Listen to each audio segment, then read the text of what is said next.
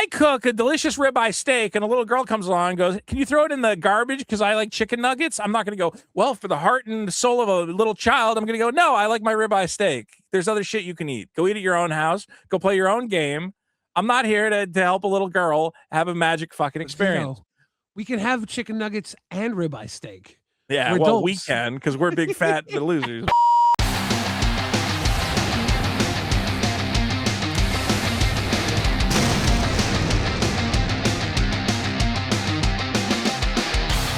Welcome to the Rhystic Study Hall, episode 12. I'm very excited to be here. I didn't do a tag. I got to do a tag for each episode. I got to go to the podcast where all your dreams come true, except for the one that's about sleeping with beautiful women.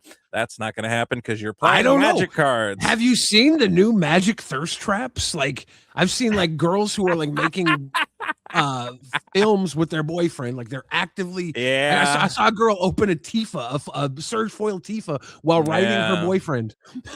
I'm like, really, dude. Yes. I follow. I'm on the certain things, and I follow certain erotic, ladies or whatever. And it's so weird that in between posting, teasing photos of themselves, they'll be like, "Oh my god, guys, look what I opened in my booster pack," and I'm like, "Hold the fucking phone here." What is and then I'm in there and I'm like, well, actually that Black Panther's pretty good. You should hold on to that one. Like, oh, they don't want to hear from you. Get out of there. I don't know what's going on with magic. We're at a weird tipping point where it went from, it's always a tipping point where it goes from, this is a thing the weirdest, nerdiest white guys play alone in a basement, to, well, this game is actually pretty fun, and now normal, attractive people want to play it as well. They chased out the nerdy white guys. Yeah. I mean, we're also seeing magic influencers arise. I mean, me and you are becoming magic influencers at the worst possible point in time, because now they're going, well, we can get like regular looking guys. We don't need you fatties anymore. We can get NFL stars. We can get Olympic heroes. Olympic champions. Yeah. And now we're going, well, can we, do magic content too? And they're like, I guess, but what is this, like 10 years ago? What about us? We're trying our best. And we're here. The people. I think we connect with a certain segment of the magic audience. The dirtbags, the scumbags, the guys who, like me, are going, I'm just saying, and Liliana used to have a pretty big rack. I don't know what happened. She was a good looking gal. Maybe she's moved on. Maybe she said, I'm tired of carrying these things around the multiverse. I need a breast reduction surgery so I can, support my back fine. They were an enchantment of the chain veil. I'm convinced it's canon. The chain veil made them. The chain veil shrunk them significantly. Maybe Reality Fracture will bring them back. Maybe Jason will go, in my multiverse, their boobs will be twice as big. And Liliana goes, no! We did call that they needed to have a bad school. That was, you said, why isn't there a bad school? Absolutely called it. In a way, I have to give Wizards credit, because I said, where's the bad school? I'm tired of the fanciful magic school full of happy children. And they're like, here's the school where everybody gets beat up and shoved in lockers and, turned into science experiments. And I went, okay. Although I'm a little confused, because the idea is that Jace, for those of you who don't know, the next set is what? Reality Fracture? Yeah. Which, I always go, oh, isn't it like such an easy, stupid idea to be like, what if it was like the evil version of the universe? And I go, yeah, but I don't know. That's always cool to me. It's always cool when there's an evil version of the characters. I'm totally okay with it. Let me see if I can switch over to this. So Jason's Reality solution, Fracture. Everyone's Jason's problem. solution. That's Wait, cold. is this Jason's final solution? That's cold, dude. Jason, I just want bullies and big-titted Liliana. Well, that's what I'm saying. This is Jace's final solution, but why is Jace's ideal multiverse got an evil school full of evil kids? What is that about? Shouldn't his perfect universe be full of all the magic fanciful children? And this is going to be our big headliner card for that set, the Bloodline Recollector, which is man, this is like some glam rock shit. I don't know about this art. Although it is Mark Poole. We like Mark Poole. Also, we got our Chandras or whatever else. We'll see. I'm cautiously excited for this set. Honestly, I don't I've tried to like Marvel and I'm not liking it. And I thought maybe we'd talk about that. Billy, you must be liking it because right now on Arena Direct is the win a collector box sealed frenzy, and I said, this will be fine. I'll win like one or two and then I'll move on. And then I ended up I'm like $450 in the hole and I ain't won shit. And I'm like, well, I should probably quit while I'm down. How's Marvel been treating you, Billy? I've been drafting it a lot. I've been doing a lot of sealed. I Yeah. enjoy it. It's a very mid-range game. And then I'll be playing a game and it's like last night I had a Mjolnir on the table and I had the Captain America from the original release. And then they played Jane Foster's Thor. And I used Mjolnir to like kill Jane Foster's Thor.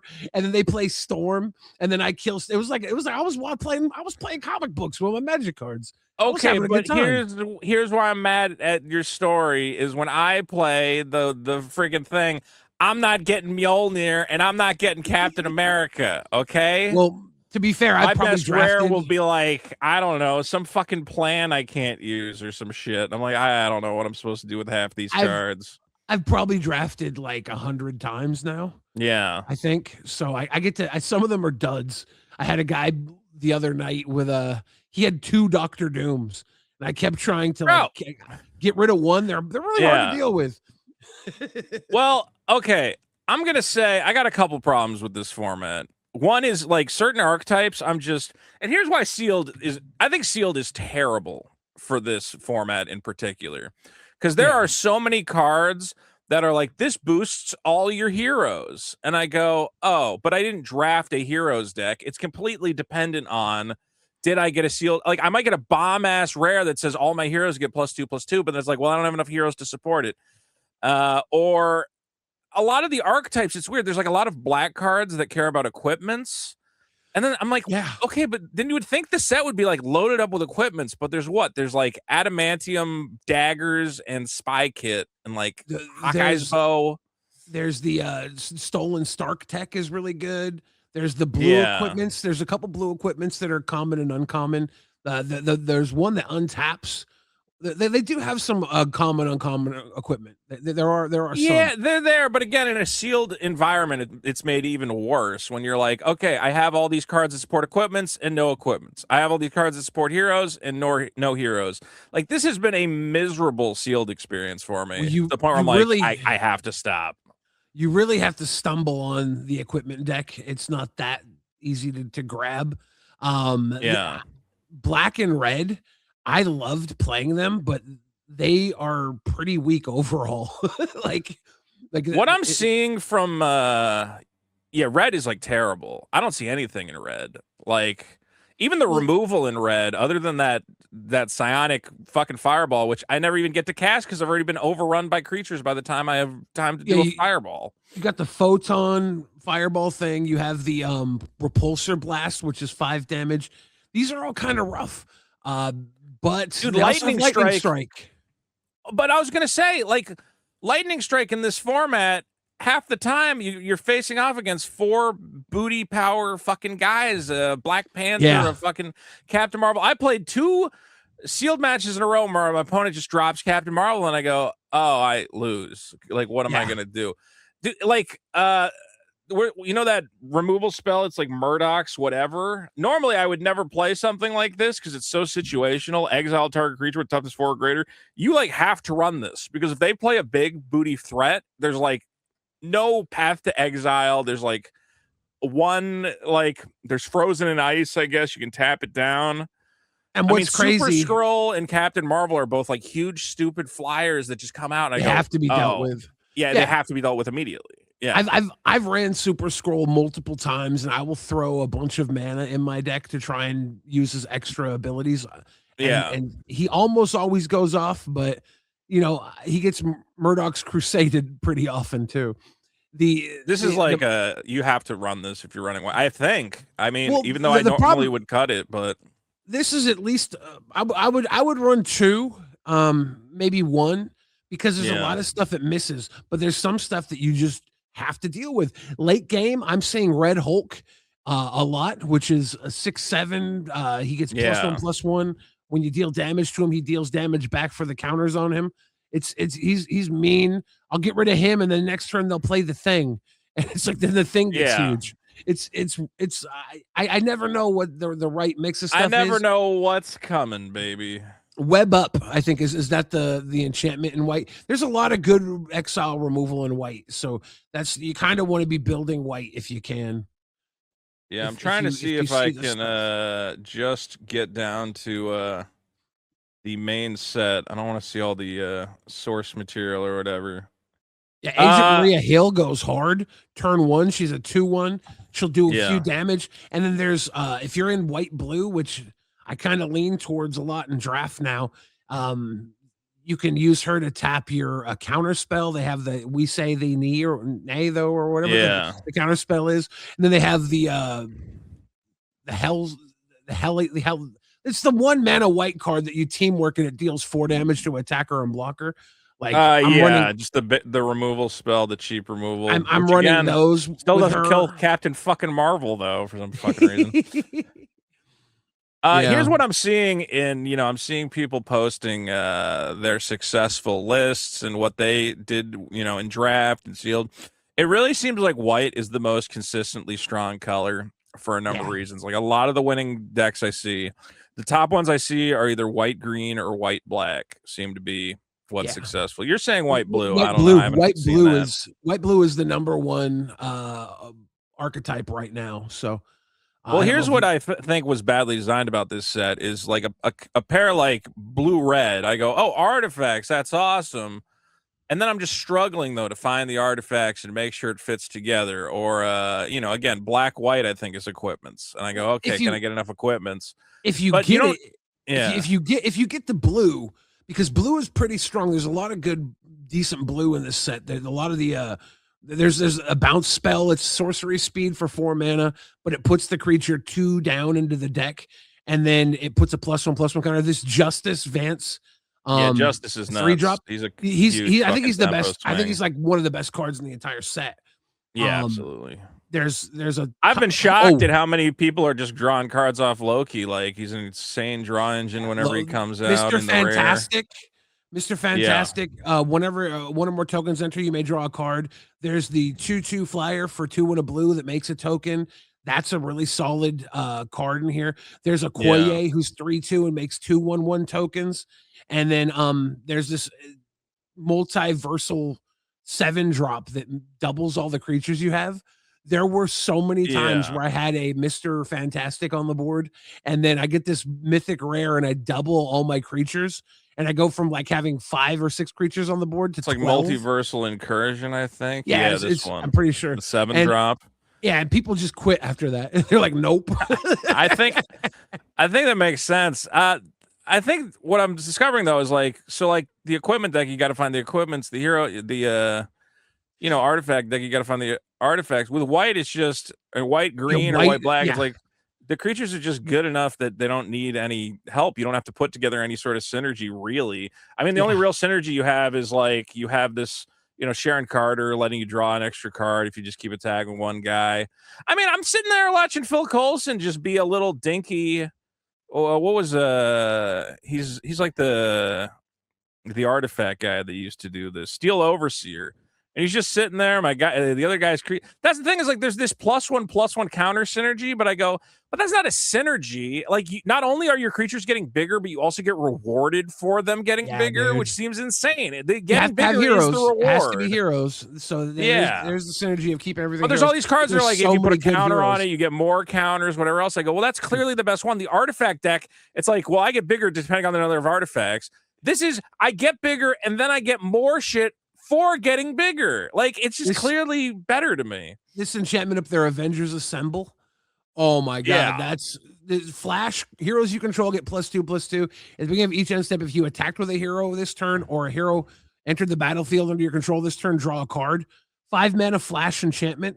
You have like it's really fucking annoying. Turn 5, you have like 3 heroes on the board. You swing in, and they're thinking you're gonna have like one little an instant spell that gives your guy like indestructible and lifelink or something, and then it's that, and the whole board is your whole I've been beaten by that.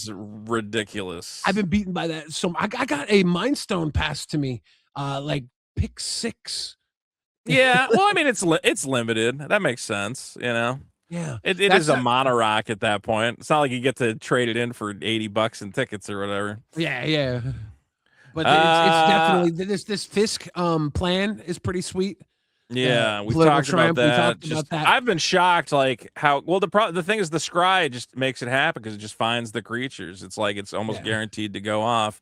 With an I'm seeing a Okoye. lot of people really playing Shield Spy Kit, like, constantly. I guess I mean, it just is it smooths out your draws. This is actually probably one of the best tools, I guess, for white, because if you stick an early creature, that creature is attacking bigger than the rest of the board. It's blocking anything that's going to come back at you, and it's going through your deck, finding more shit. Like, this card is shockingly good. I'm seeing I people with lists and they're running like 2 or 3 out of their sealed and draft. I often cut this card because I You're have too wrong to much do so. removal. You're Because I have wrong to like do way too so. much removal. And Yeah. I have played it when I don't have enough removal, and it's fantastic. But when I Anytime have it gets too much played against removal, me, they attack with their biggest guy. He's ready as a block. I mean, it's vigilance, and vigilance is just shockingly good.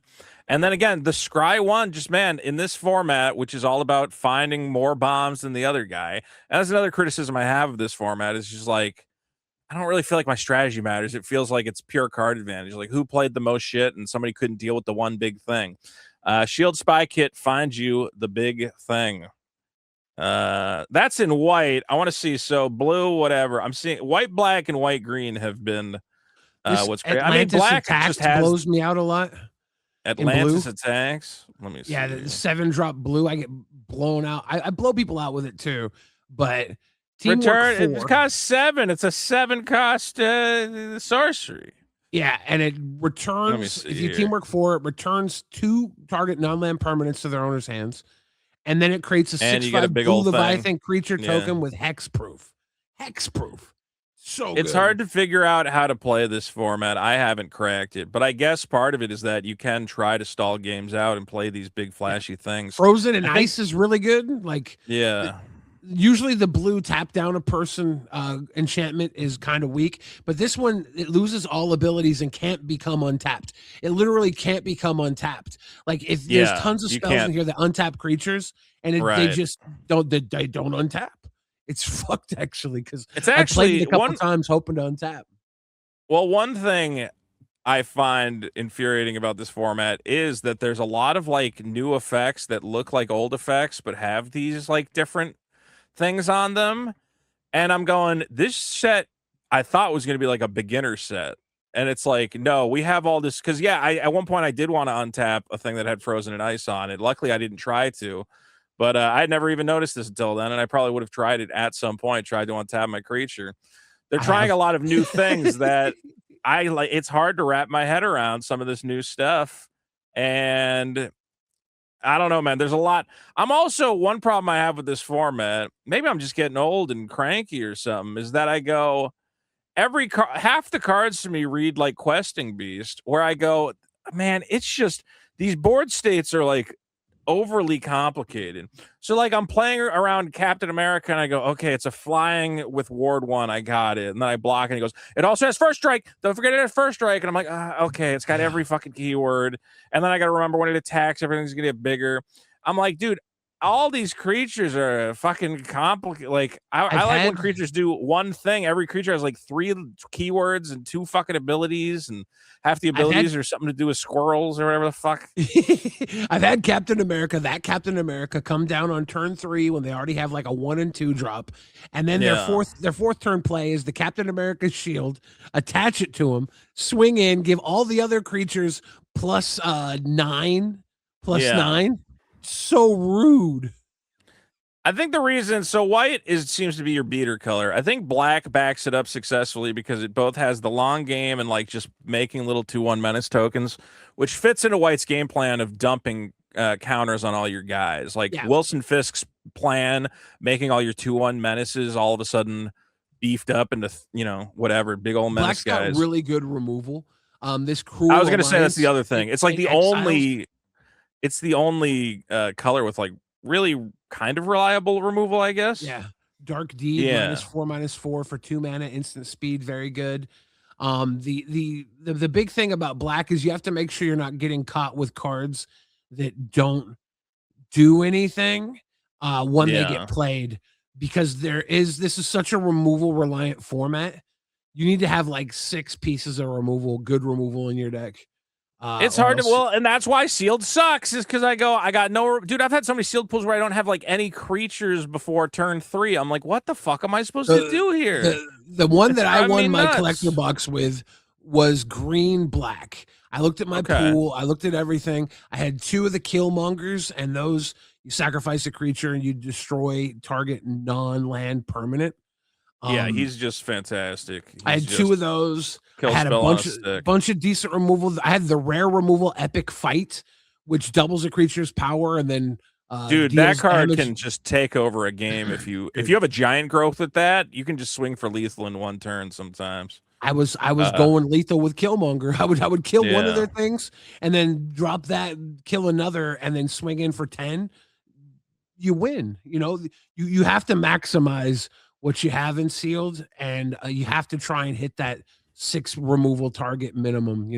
It's I rough. think you play white, green, black are your 3 colors. I think the other 2 colors are just not.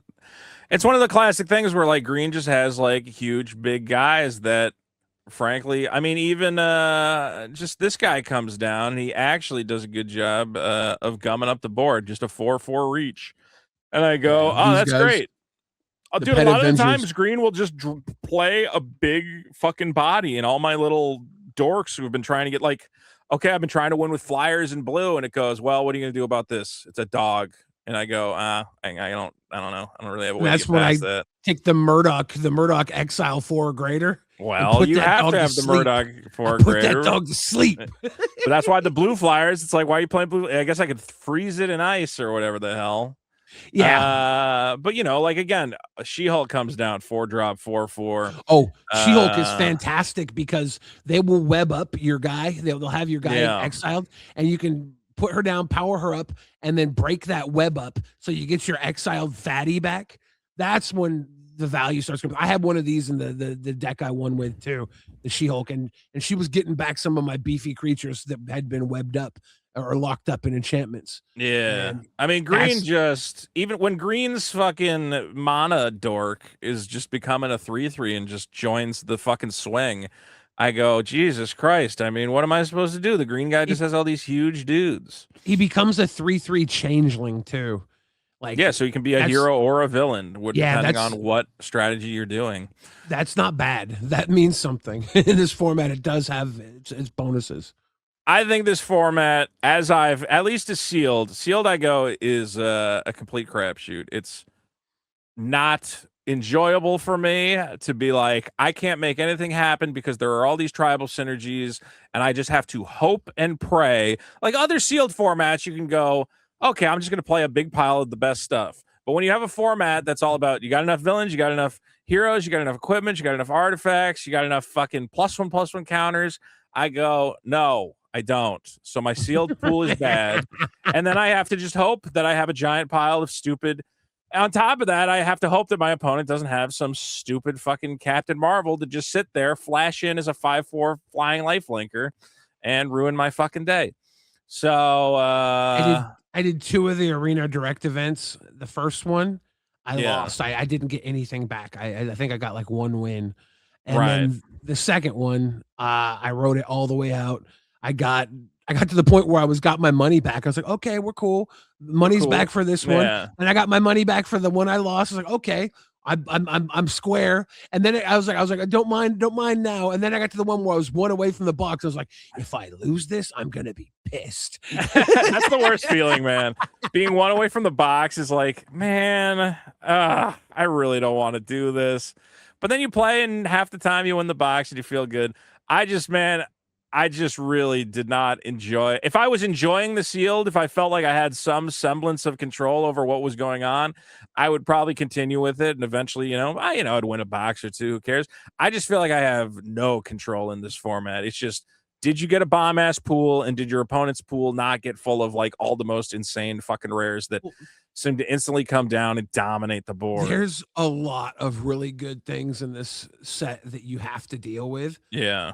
But you know, until you do the Thanos, the Mad Titan, the standard deck I built with him, it Yeah. is. I've been playing on the ladder, climbing up the ladder in standard. I got Thanos. He's my only creature in the deck, and then I have a mana base that can make all the mana to snap with. But then everything else is like the deal 3 damage, gain 3 life. Yeah. There's the Silver Quill Charm. I think it does exile target creature with power 2 or less, and then or you can choose to have it the opponent loses 3 life, you gain 3 life, and then I have the death to our enemies plan, and that's 3 mana for an enchantment. And when you get 4 counters on it, you sacrifice it, deals 7 damage. But every time you play a non-creature spell, you make a treasure token. It's Yeah. tapped. So that but makes you start Thanos building up happy. mana, and then you have Together as One in there, which is from the Secrets of Strixhaven. It's the colorless 6-drop sorcery that you deal X damage and gain X life and draw X cards for every color of mana you put into it. So since Thanos Yeah. is already mana thirsty for all 5 colors, I'm doing this Together as One, dealing 5 damage, drawing 5 cards, gaining 5 life, and then all my other burn spells. I think I'm playing Lightning Strike in Is there. Thanos' power up ability though like good, and you're playing standard with him? I'm playing feel like standard with him. But I'd feel like his power up ability is like not that exciting for a one-on-one game. That feels like a multiplayer game ability. But he's good as a death touch life It's linker. Yeah, that's the whole point of this deck is to gain life while dealing damage Yeah. to get us through. But then Thanos comes down. He's a death touch life linker, but then if you snap, you're removing like 2 or 3 creatures with his snap, right? And then you have a Right. 6/6 death touch life linker. Assuming you're on playing the against a board. deck that's playing creatures, though, like Even if you're not, just play him as a 4/4 and Yeah. bait their removal. And then I have 3 Thanos in the deck right now. So it's like if they just eat my Thanos, whatever. I have copies of Delian Fell, the professor from Strixhaven Planeswalker. He's awesome in this deck because he ultimates the turn after you play him. You play him for 4. If you've removed all their creatures because you have all this removal, you uptick him once, you gain 3 life. And then next turn, you down tick him for 6. You ultimate him. Whenever you gain life, your opponent loses that much life. So your lightning blast, the red white instant that deals 3, gain 3 life. It's now Lightning Helix. Lightning Helix, dealing 6, gain 3 life.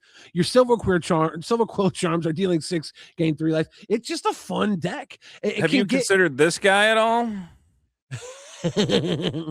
I don't want to go more creatures in them because one of the good things about not having a lot of creatures is I'm blanking out like the people who have all this removal.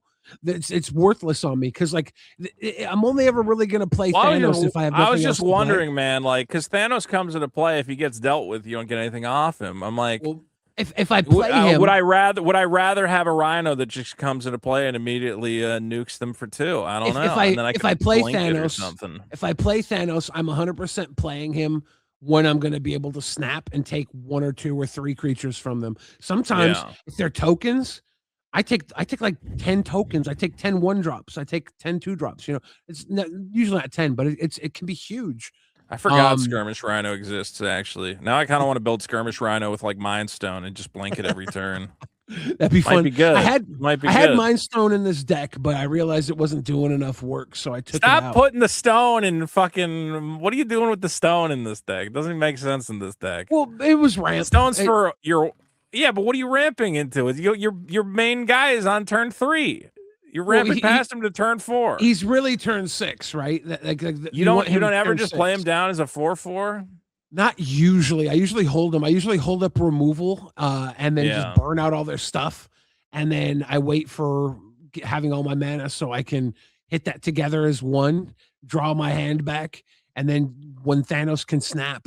It's been a fun deck to play with. I threw it together all week. I talked about it. I just threw it together last Sunday, and all week I've been messing with it. I still sadly have not tried any new standard brews. I did put Baron Zemo in a brawl deck, which is like Commander, And that was kind of fun. It was kind of fun to just play a giant deck. I didn't tune the deck very well. I just kind of threw every black thing in it and just tried to see what would happen. And it felt interesting. I didn't hate it. Trying to see if I did anything else. No, that's pretty much all I did. Again, though, I do have this like blink deck. What am I blinking now?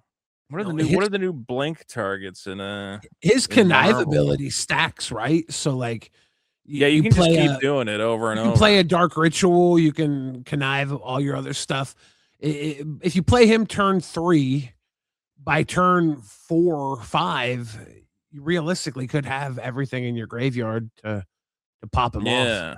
I wish there was a way to put arena on the board so I could show an arena deck on a StreamYard, but I can bring up a picture of my terrible Baron Zemo deck real quick. Let me see here. Nope, not there. Here, yes. Okay. This is let me see. Share this tab.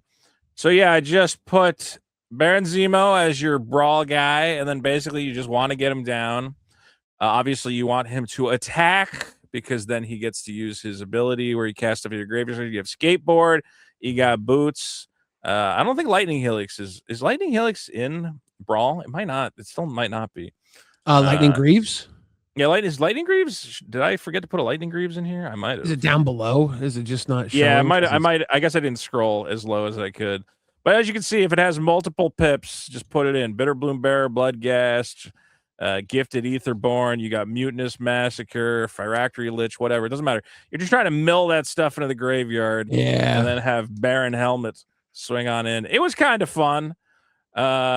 It's kind of fun to just swing in and be okay. Now I'm going to cast Peer into the Abyss, Arden, and I don't know, Hoarding Broodlord. All these like huge black things that you would normally never play. The Nykthos Shrine to Nyx. If there was ever a deck that wanted this, yes, Nykthos and Cabal Stronghold. The add black equal to the number of basic swamps you have.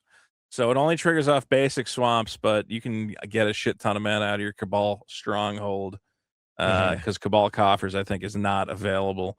Got the Meat Hook Massacre too. Meat Hook Massacre, Phyrexian Obliterator with the 4 pips there. Let's go. And Invoke Despair, one of the class. Did you ever play Invoke Despair? That's the one where they have to sack a creature, a planeswalker, and an enchantment. And for each one they don't sack, they lose 2 life and you draw a card. That was the Neon Dynasty card. Yeah, that card. I think that card got banned during Neon Dynasty. I think they said this is actually too good. Shocking. The Red Invoke is one I love playing in decks. It lets you pull back 2 instant or sorceries from your graveyard and play them for 5 mana total, but it's they have to equal 6 mana total in their casting costs. So it's just a fun way to blast stuff back from the graveyard in a red Spellslinger deck. Well, it's interesting to see what's getting played now that Marvel's out. Again, you know, I love to check MTG stocks, see what cards are going up. I saw this today. Your Caltrops from 7th edition is up to $30. So you did the right thing buying that Caltrops. Yeah, it's like actually I got 2 Caltrops lying around. I'm going, I'll sell my Caltrops. I mean, maybe I'll keep 1 for a Hulk deck. I don't need more than 1. I have a foil Moonmist coming in too, so I'm probably smart. I'm surprised Moonmist is not on the trending page here. Champions from Beyond keeps going up for the hero decks. I wish I had gotten in on that. It's up to like $6 or something. Yeah, I got the foil one from the Surge foil, just because I might need it. Couple other cards to keep an eye on, and I don't know why my computer is slowing down. Let me try closing something here. I think I got Adobe open. Interestingly, Jennifer Walters, I knew was going to be big. She's now up to, and I do like the art. I did get this art in foil. I opened one, and I don't like it is weird. The scene, these are the ones that flip over, and then the back of them. Can we go to the TCG player? Yeah. This is but it's so weird. I'm gonna go, why didn't you just use the same art for both sides on this? It's because the backs were from the big mural, the cool looking mural, right? They were from the cool looking mural, and they realized they needed fronts for these double-sided creatures. So they just made one shitty scene of them all eating hot dogs. That was a mistake. Well, the word, okay, but here's the thing is the scene of them all eating hot dogs, I actually like the art better. I go, oh, this is like comic art. This is cool. But then I get this cool, like, cartoony She-Hulk, and it flips over to her. And because they had to do this giant, all of them in the same scene, she's like not even really centered, as somebody pointed out. I'm like, oh, she's like kind of in the bottom But the right. That's a little helicopters are weird. behind her. It tells a Yeah. story. Oh yeah, I love my favorite thing about She-Hulk is her helicopters. So I'm glad they were spotlighted on the back of Wow. my She-Hulk. I like I when really Hulk is like the hulking out and the front. helicopters are there and he's like King Konging on them. I like that stuff. Oh, what? I Come like on, they're not even that. aiming at I like her. that. They're not even there for her. I love the front of it, and then on the back I go, and it's She-Hulk jammed into the corner. Hey, I wish they'd I think when you realized, hey, half the cards in the giant mural are going to be flip cards, you go, well, maybe we A, don't use those, or B, don't do a giant mural. But they did a giant mural, and it's fucking weird. But she's up. I knew she would go up because, again, she just has that voice of victory, whatever you call it. Yeah. Who's the original guy who everybody used to play? Grand Abolisher. Yeah, Grand Abolisher, who's now a black cowboy, which is cool. I need the black cowboy Grand Abolisher. I think I got a nice version of it. Yeah. Thank you, ma'am. No time for you now. So Thank she's you really kindly. good. And she's up to $40 for that treatment. The Fuck you other kindly. there's a couple others that I'm fuck you kindly. Let me see if anything else is going up. Let me check the week tracker. It says I lightning still haven't bolts up picked up my big. Bruce Banner yet because I still can't decide which one I want. I'm telling you, man, it's the full art. You want the full art. The Daredevil green one. So I don't know why Daredevil's getting a ton of play. Daredevil, maybe I don't know if it's just this one, but I'm seeing people getting excited about Daredevil, where you can look. He is good. Like I played him in limited, and I was like surprised that he's just flipping cards over and he's drawing vigilance, cards. haste. He's So not he terrible. does something the turn he comes into play, and he's card advantage. That's pretty good. Yeah. The other one that I kind of had a feeling about, and I didn't actually. This one was shocking. 10 Rings is at $20. I thought 10 Rings was complete garbage. I don't know what it's getting played in right now. This reads like a Goofus card. There's for those of you who are listening to this reactor on your phone without looking at the card, the 10 Rings costs 8. It's a legendary artifact. Your maximum hand size is 10. At the beginning of your end step, if you have fewer than 10 cards, draw cards equal to the difference. But it costs 8. Somehow this has become a $15, $20 card. There's that 5 mana that taps for 3. There's a few other there's in Edge of Eternities, there's that 5 mana station that taps for 3. So if you ramp into those, then ramp into this, it refills your hand up to 10, right? It's good card advantage. I got a message in my email from Whatnot. They were like, spend $30 and get $10 back. And I was like, I could try this out. And I found a box. I found a box break. Wait, did you sign up with my promo code, Billy? I've been signed up for Whatnot for a long time. Good. I just don't use it. Whatnot.com/invite/Vito. I get $10 if you sign up, you idiots. And you get $15. So that's a good deal. That's a good deal. It is a good deal. Yeah. I went to the damn Whatnot. I was looking for something that was in the $30 range. I found a box break. They were breaking play boxes for $30 entry, 7 breaks. It was you either get all the white cards, all the red cards, all the blue cards, all the green cards. Do you know the name of the channel? Do you remember or no? I don't recall. It's probably I know all the guys on Whatnot, man. I know all the guys. There's all the colors, then there's the multicolor slot, and then there's the colorless / artifacts lands. So colorless slot. I won the colorless slot. So I got this 10 rings. I got a bunch of the lands. And it had the lands with it too. That's a good slot to get out of Marvel. Yeah. The person who got the white slot obviously got the Mind Stone. They got like a foil Captain America full art. They got a bunch of good stuff. Like I think I probably did second best out of the breaks. So hey, 10 Rings is up. I don't know what it's getting played in, but that's good. I mean, that was the other thing is when I was going into these breaks, I was seeing like people not fighting for the artifact slot, and I went, hey, there's a couple mythic artifacts in this set that are not that bad. Another one that's come up that I said, this feels like it might actually be good. Cosmic Cube got down after release to around like $6-7. And I remember going, I think this card might be a sleeper. It's back up to like 10 or 11. Again, it's a 5-cost artifact with Ward 2, hard to remove. Whenever you attack, look at the top 6 cards of your library. You can cast a spell from among them with mana value less than or equal to the greatest power among attacking creatures you control without paying its mana cost. So as long as you're attacking with a guy who's got like 3 power or whatever else, you're going to get a nice little free spell off the top, a little 3-cost spell. If you attack with a big guy, you can cast something huge. Again, if anybody in the comments, if you know exactly if this is actually getting played or people are just brewing with it, but I did open a number of Cosmic Cubes, and so I'm happy to see that the price is holding. I did also get the cool Cosmic Cube. I think I got both of these in foil. I got the scene box, or not scene box, but the full. See, this one works. The Jennifer Waters, she's like stuck in the corner. This one, everyone's trying to grab the Cosmic Cube. That actually works. I don't know why She-Hulk got stuck in a corner. And then I also got the comic treatment, which I think is, I don't like these frames. I know Billy likes them for some reason. I think it looks like weird scratched metal instead of a torn up comic book. I think this is cool. I almost got the Mjolnir in this version, and I haven't pulled the trigger on the Mjolnir yet. I'm waiting until I sold the Mjolnir too early. Comes in. I was surprised. Mjolnir, I sold one for like $20, and it's already up to.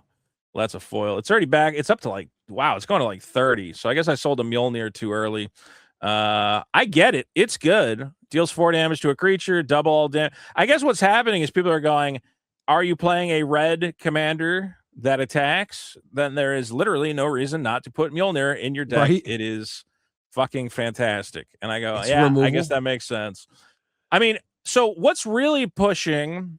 And I had somebody complain to me. They go, listen, I want to listen to your Magic podcast, but all you talk about is how much the cards are worth. Okay, I talk about what the cards are worth money because the reason they're worth money is because they're playable. So in discussing the cards that are good and why they're good, that comes along with their price going up. It's all interconnected. I'm not just talking about the prices, talking about the prices. I'm going, the reason it came up is because it does this thing in this deck. And there's 2 cards I want to talk about real quick, Billy, one of which I picked up.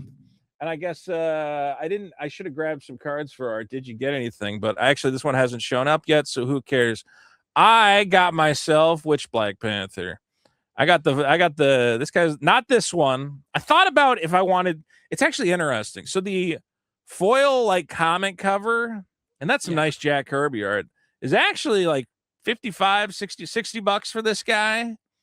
Dude, and I said, okay, but again, I don't like that the front side is not a comic cover. The front side's just the guy. I go, it's not as exciting for me. So I actually picked up this version of King T'Challa, which I think is the same price, even though I think you can pull these out of play boosters. $50 for this guy. You can get these out of play boosters. You can get them in foil. I saw a guy get a Captain America in a play booster. Usually the cards that are exclusive to the collector boosters have a significant premium, but I think a lot of people just go, well, there's my boy standing on business. This is business Panther. These do end up looking kind of cool. Like the Thor I have, I pull it out every once in a while and just shake him. I just look at his little lightning and his little reflection. So I think Wizards is running into a problem where the foils look great, but the problem is with this on a non-foil. I got the Captain America. You can see the logos all shiny and hey, like they're fighting Billy. Thor and Cap. Welcome to our podcast. Shield strike. Shield strike. Haha. We say the nay. These look good on foil. Again, I really kind of would have pushed the logo down a little bit and maybe had a banner there, but they do look a lot better in foil. The Black Panther, though, I'm seeing a lot. I follow guys on Twitter or whatever who are, theoretically Magic finance bros or whatever, EDH guys. And they're saying, listen, this backside of Black Panther doesn't really matter. The front side is why any white-blue, any CEDH deck that can support white-blue is probably going to find room for this guy. Whenever a player draws their second card each turn, you draw a card. Yeah. So EDH has very much become about who's drawing the most possible fucking cards at any time. Like, that's the most important thing in the world. I need one of these from a Miss Bumbleflower deck, and that's not CEDH. That's just people are always drawing 2 cards. Exactly. Well, he has a lot of this is an effect. What is it? Fairy Mastermind. that we first saw, and this guy is still holding some value. I think the fairy is obviously better because he comes down a turn 2, but it's kind of redundancy. If you're running, you should be running Fairy Mastermind and Black Panther. But again, whenever this is only on an opponent, so Black Panther also triggers on himself. That's the key difference between their abilities. But basically, as long as somebody's drawing a second card, as is going to happen in an EDH game, especially if Rhystic Study's on the table, King T'Challa just sits there and he goes, "Oh, you drew an extra card? Let me get one of those." Next guy goes, "Oh, you got an extra card? Let me get one of those." Let me get a little bit of that. I saw one guy post a picture. He bought like 50 of them. He said, because right now the normal version is like, another reason we tell you guys about prices to those of you who are complaining is maybe you want to buy this before the price goes crazy. Because King T'Challa was down. Let's take a look at the normal price. Was down at like under $10. Got down to like $9.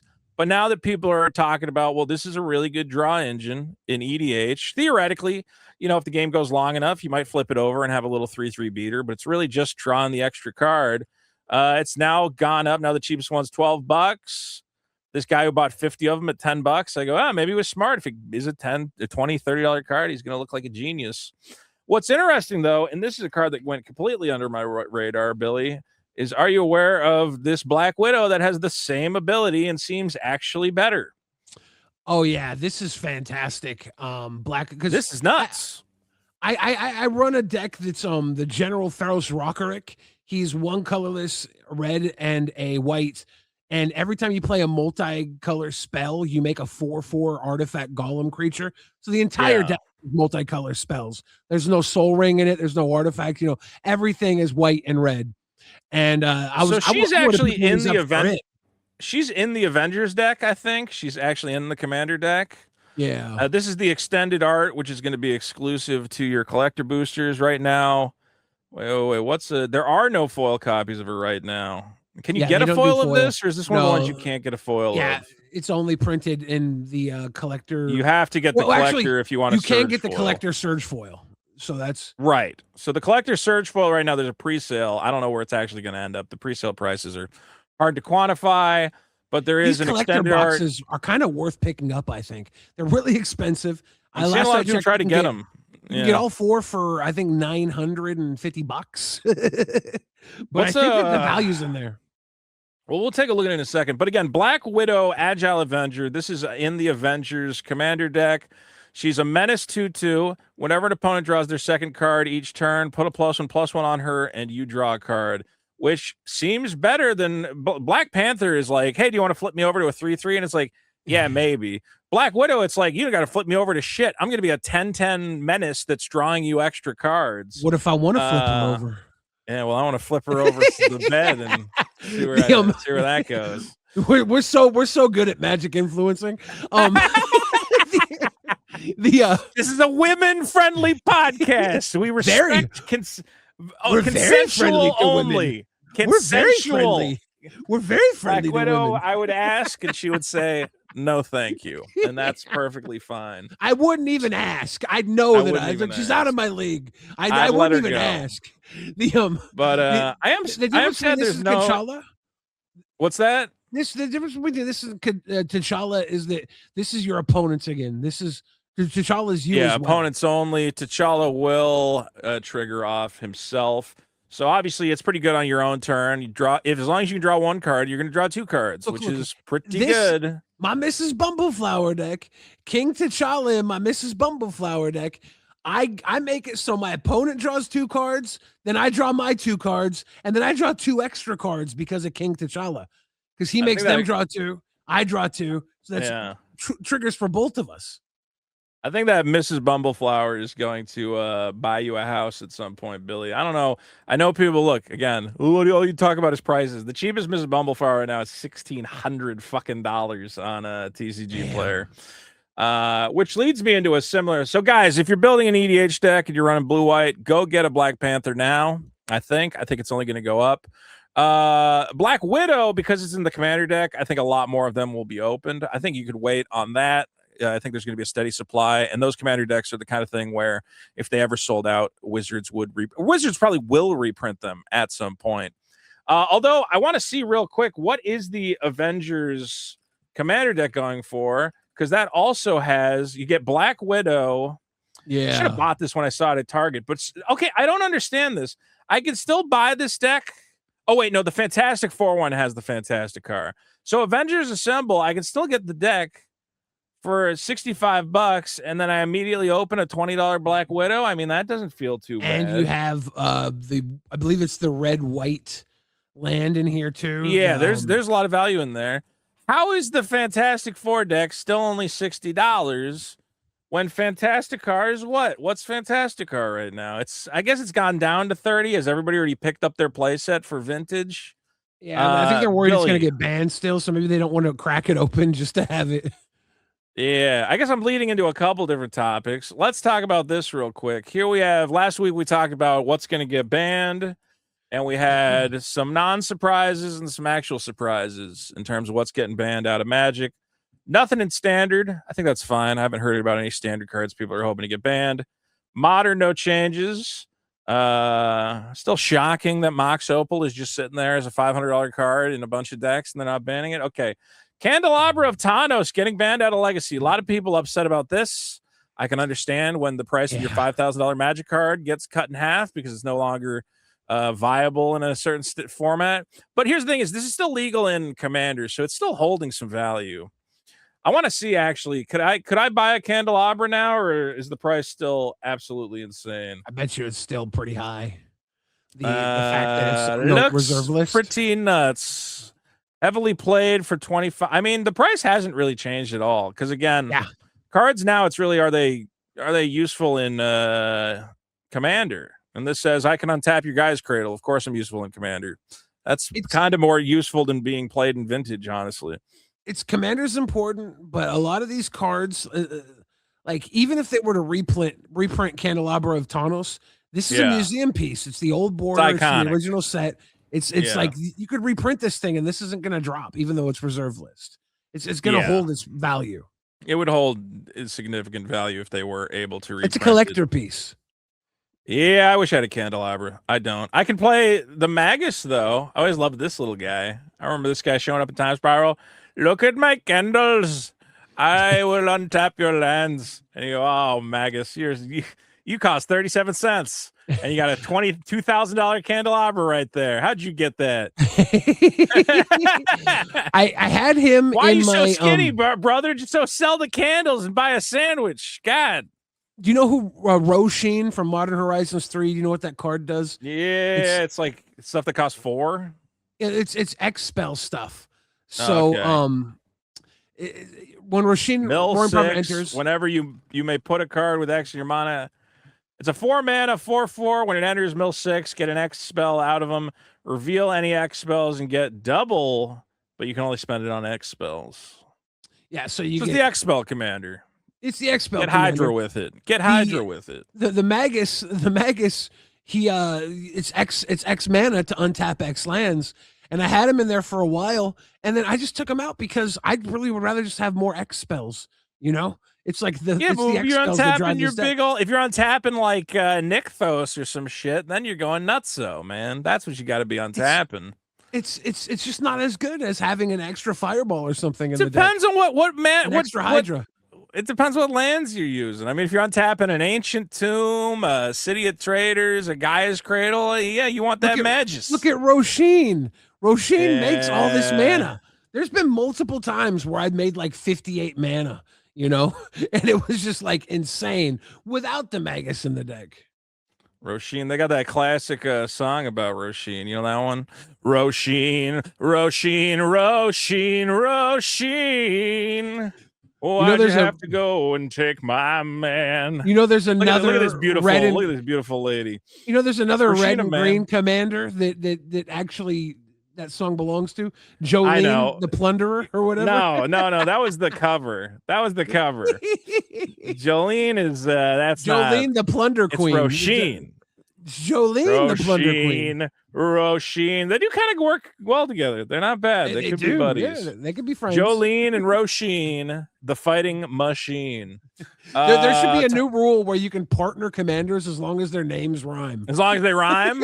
Rhyming commanders. The Guilds of Ravnica, the rhyming commanders. Yes, dude. We got to do Guilds of Ravnica. Starting a new format, the Guilds of Ravnica format. I'm not going to lie. I started like writing down some lyrics and then I said, what the hell am I doing? I want to see if any of them were good. Let's give some of your Guilds of Ravnica lines. I want to hear this. Let me see here. What did I write down? Is it boys crafting beats with a beaker, dropping hot Simic sound, turn up your prime speaker? That's what I got. I also had murder at the manor, and I'm hunting clues. Guild boss knocking, and I'm paying dues. Outlaws dropping all the breaking news. I got a hot ass girl. She an elven ooze. That's where I stopped. So let's go. The Simic Guilds of Ravnica. Fire. Yeah, I don't know if they all have to be a different guild or what, but we might have to revisit the guild. I think if we put out a Guilds of Ravnica song to promote this channel, Billy, I think it would help. I think it would help get us some subscribers. Popper, Seeker of Skybreak is banned. I'm not upset about it. I think it was obvious that was coming. It's just too abusable in effect. And as people are saying, Hawkeye's Bow is kind of interesting in Popper. There are, stuff like, I think Devoted Druid is a common. So you can put a Hawkeye's Bow on a Devoted Druid and then find ways to untap it and get the counters off. So I think Hawkeye's Bow should be allowed to have fun in Popper without worrying about Seeker of Skybreak. Over in Brawl, again, this is the online version. You have not played Brawl on Arena yet, huh? Yeah. You got to build some Brawl decks, man, like my Baron deck. Brawl, they're getting away with cheap counter spells. I think that's fine. So many times I play Brawl. Do you know Wash Away, the counter spell? Yeah. Yeah. It's just counter target commander for 1 blue mana, and you go, why is this in the format? Every blue deck's going to run this forever, and it's not fun. That's a pretty good card to just have in your command deck. Like your every commander deck should almost be running this. It's like, when are you not going to want to counter a commander? The only problem is you're only countering one commander, and then the other guy plays commander. But still, it's so annoying in Brawl where you're like, all right, let me play my guy. 1 blue countered. Oh, well, great. It's also 3 mana to just counter any spell, right? So like, right, exactly. At worst, you can just counter a spell. It's very versatile. It probably does get played a lot in Commander. I just don't have copies of it to play myself. Ugin's Labyrinth is banned because of fast mana, time warp, and temporal manipulation, because it is just too easy to play this and then regrowth it and play it over and over and over again. So that's about it. The only other thing to talk about is that the Fantasticar did not get banned. This is the new crazy thing that is tearing up Vintage. I'm seeing Vintage players are mixed. I don't know if it's Legacy, right? Where they're seeing this. Is it Legacy? It's Legacy. I think Vintage too, though, because there's all the Moxen that turn it on. Here's a Legacy Challenge top 8 from Saturday, July 4th. This had 41 players in this tournament. The winner was Blue Fantasticar Affinity. The second place was Demir Fantasticar. The third place was Black Saga Fantasticar, and fourth place again was Demir Fantasticar out of a field of 41 people. If you guys want to look at the deck list, they do this on purpose? You think that at this point they're just like, let's advertise the set by pissing off Legacy, because all the old Legacy guys. I saw a post that supposedly, you know how they announced the when they were talking about the banned and restricted. I think Japan had their own version of the article. And their version of the article had something they left out of the English version, and then they went and they corrected the English version, or the Japanese version, that said, originally Fantasticar was going to be 4 mana, but then we thought it would be fun to make it 3 mana. And you're like, you fucking idiots. Obviously it should be 4 mana. It's the Fantasticar. It has 4 cars. Each car costs 1 mana. Why is it a 3-drop other than you were trying to be like, hey, here's why it's a 3-drop. I think they went, if we make this card powerful, it will sell more fucking Fantastic Four decks. They said, if we make this possibly playable in Eternal formats, everybody has to run out and buy 4 Fantastic Four decks to get 4 copies of the fucking Fantasticar. I think it would still be broke at 4 mana. I think it's still very possible this card to be good at 4 mana. But I was watching a video and it's like, turn 1, Mishra's Bobble, Mox Jet, Dark Ritual, Fantasticar, fucking anything, 16 robots. And I go, yeah, you can play it off a Mishra's Workshop. You can play it off a Dark Ritual. 3 mana is a little easier to get to than 4. It's like you can get there off 1 card. 4 mana, you're going to need 2 cards to get to 4 mana. I think this should have cost 4 mana. We wouldn't have a problem. I mean, look at it. What is this deck? Let's see. Urza's Bobble, Skateboard. You got 4 Mosh Opal, 4 Lotus Petal, 4 Ancient Tomb. There you go. Ancient Tomb, Lotus Petal. You've already got the Fantasticar in play. And then you just dump a bunch of other fucking shit. Then you put a Mishra's Bobble and a Mox Opal down, and you got huge You're off to the races. Here's the black-blue version, I guess. This has Barrow Goyf to take advantage of your graveyard, I guess. I don't know. I don't play Vintage. I can't possibly explain what's going on other than obviously the fact that a car that contains all 4 members of the Fantastic Four and turns into 4 robots costs 4 mana.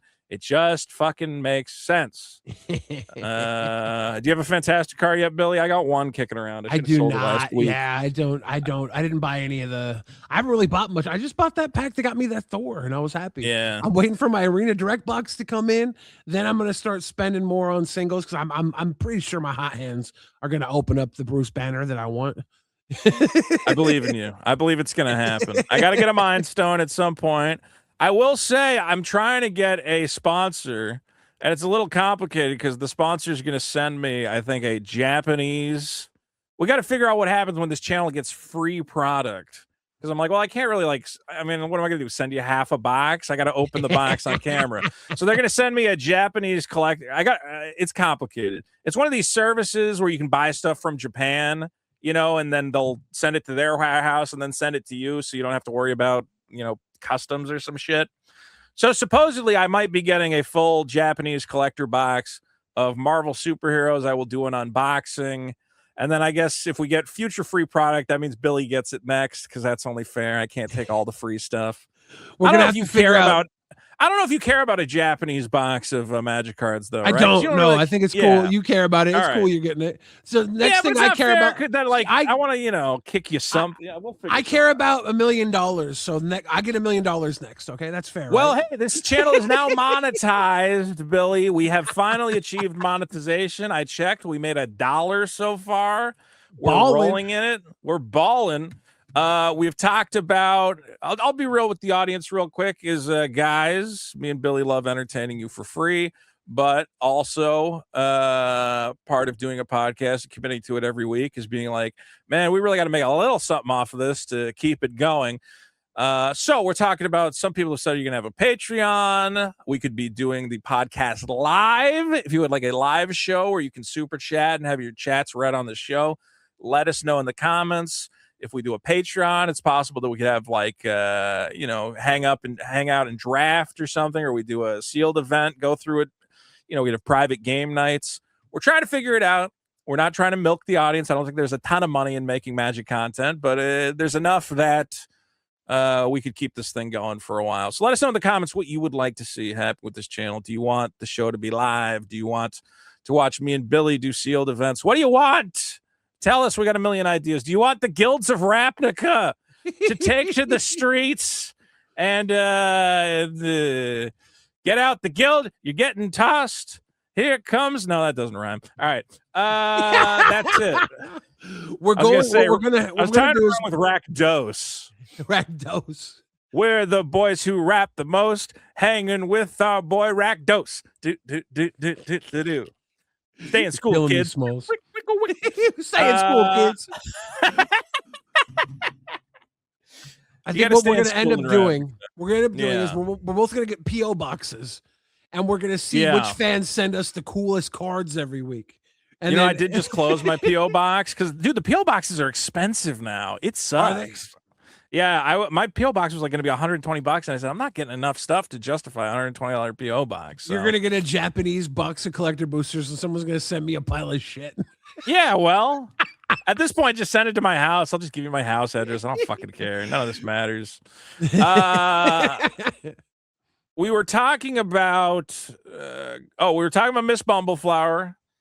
Okay, there is one other thing. For those of you who complain about me bringing up prices too much, I hate to say it. We have to talk about, and part of the reason we're talking about it is right now we're at a weird point with Magic where the prices are at an all-time frenzy, Billy. Frenzy. I don't know if you've seen this. I don't know if you're like me where I'm kicking myself. I was telling this story the other day. Billy, I've been buying Magic cards for the last 3 or 4 years. I don't know if I already told the story on here. And, I bought I was really into Strixhaven, and I got some fucking Zendikar Rising. And they said, the next one coming out is Lord of the Rings. I said, I can skip that. I don't really care about Lord of the Rings that much. I'm sure. I mean, what? It's just Lord of the Rings. There'll be plenty of it to go around. Fuck. So, Lord of the Rings special edition boxes somehow have come down in price. Well, let's see. View more data. We had a sale, $628. An unopened collector box of Lord of the Rings special edition went for $6,500. Yeah. That same day, you got to hate this if you're the guy who's buying it the same day. Maybe it was the same guy, though, just buying out the supply. Another box went for $8,000. Same day, another box went for $8,000. Same day. This must have just been a guy buying out the stock. I think this is one guy.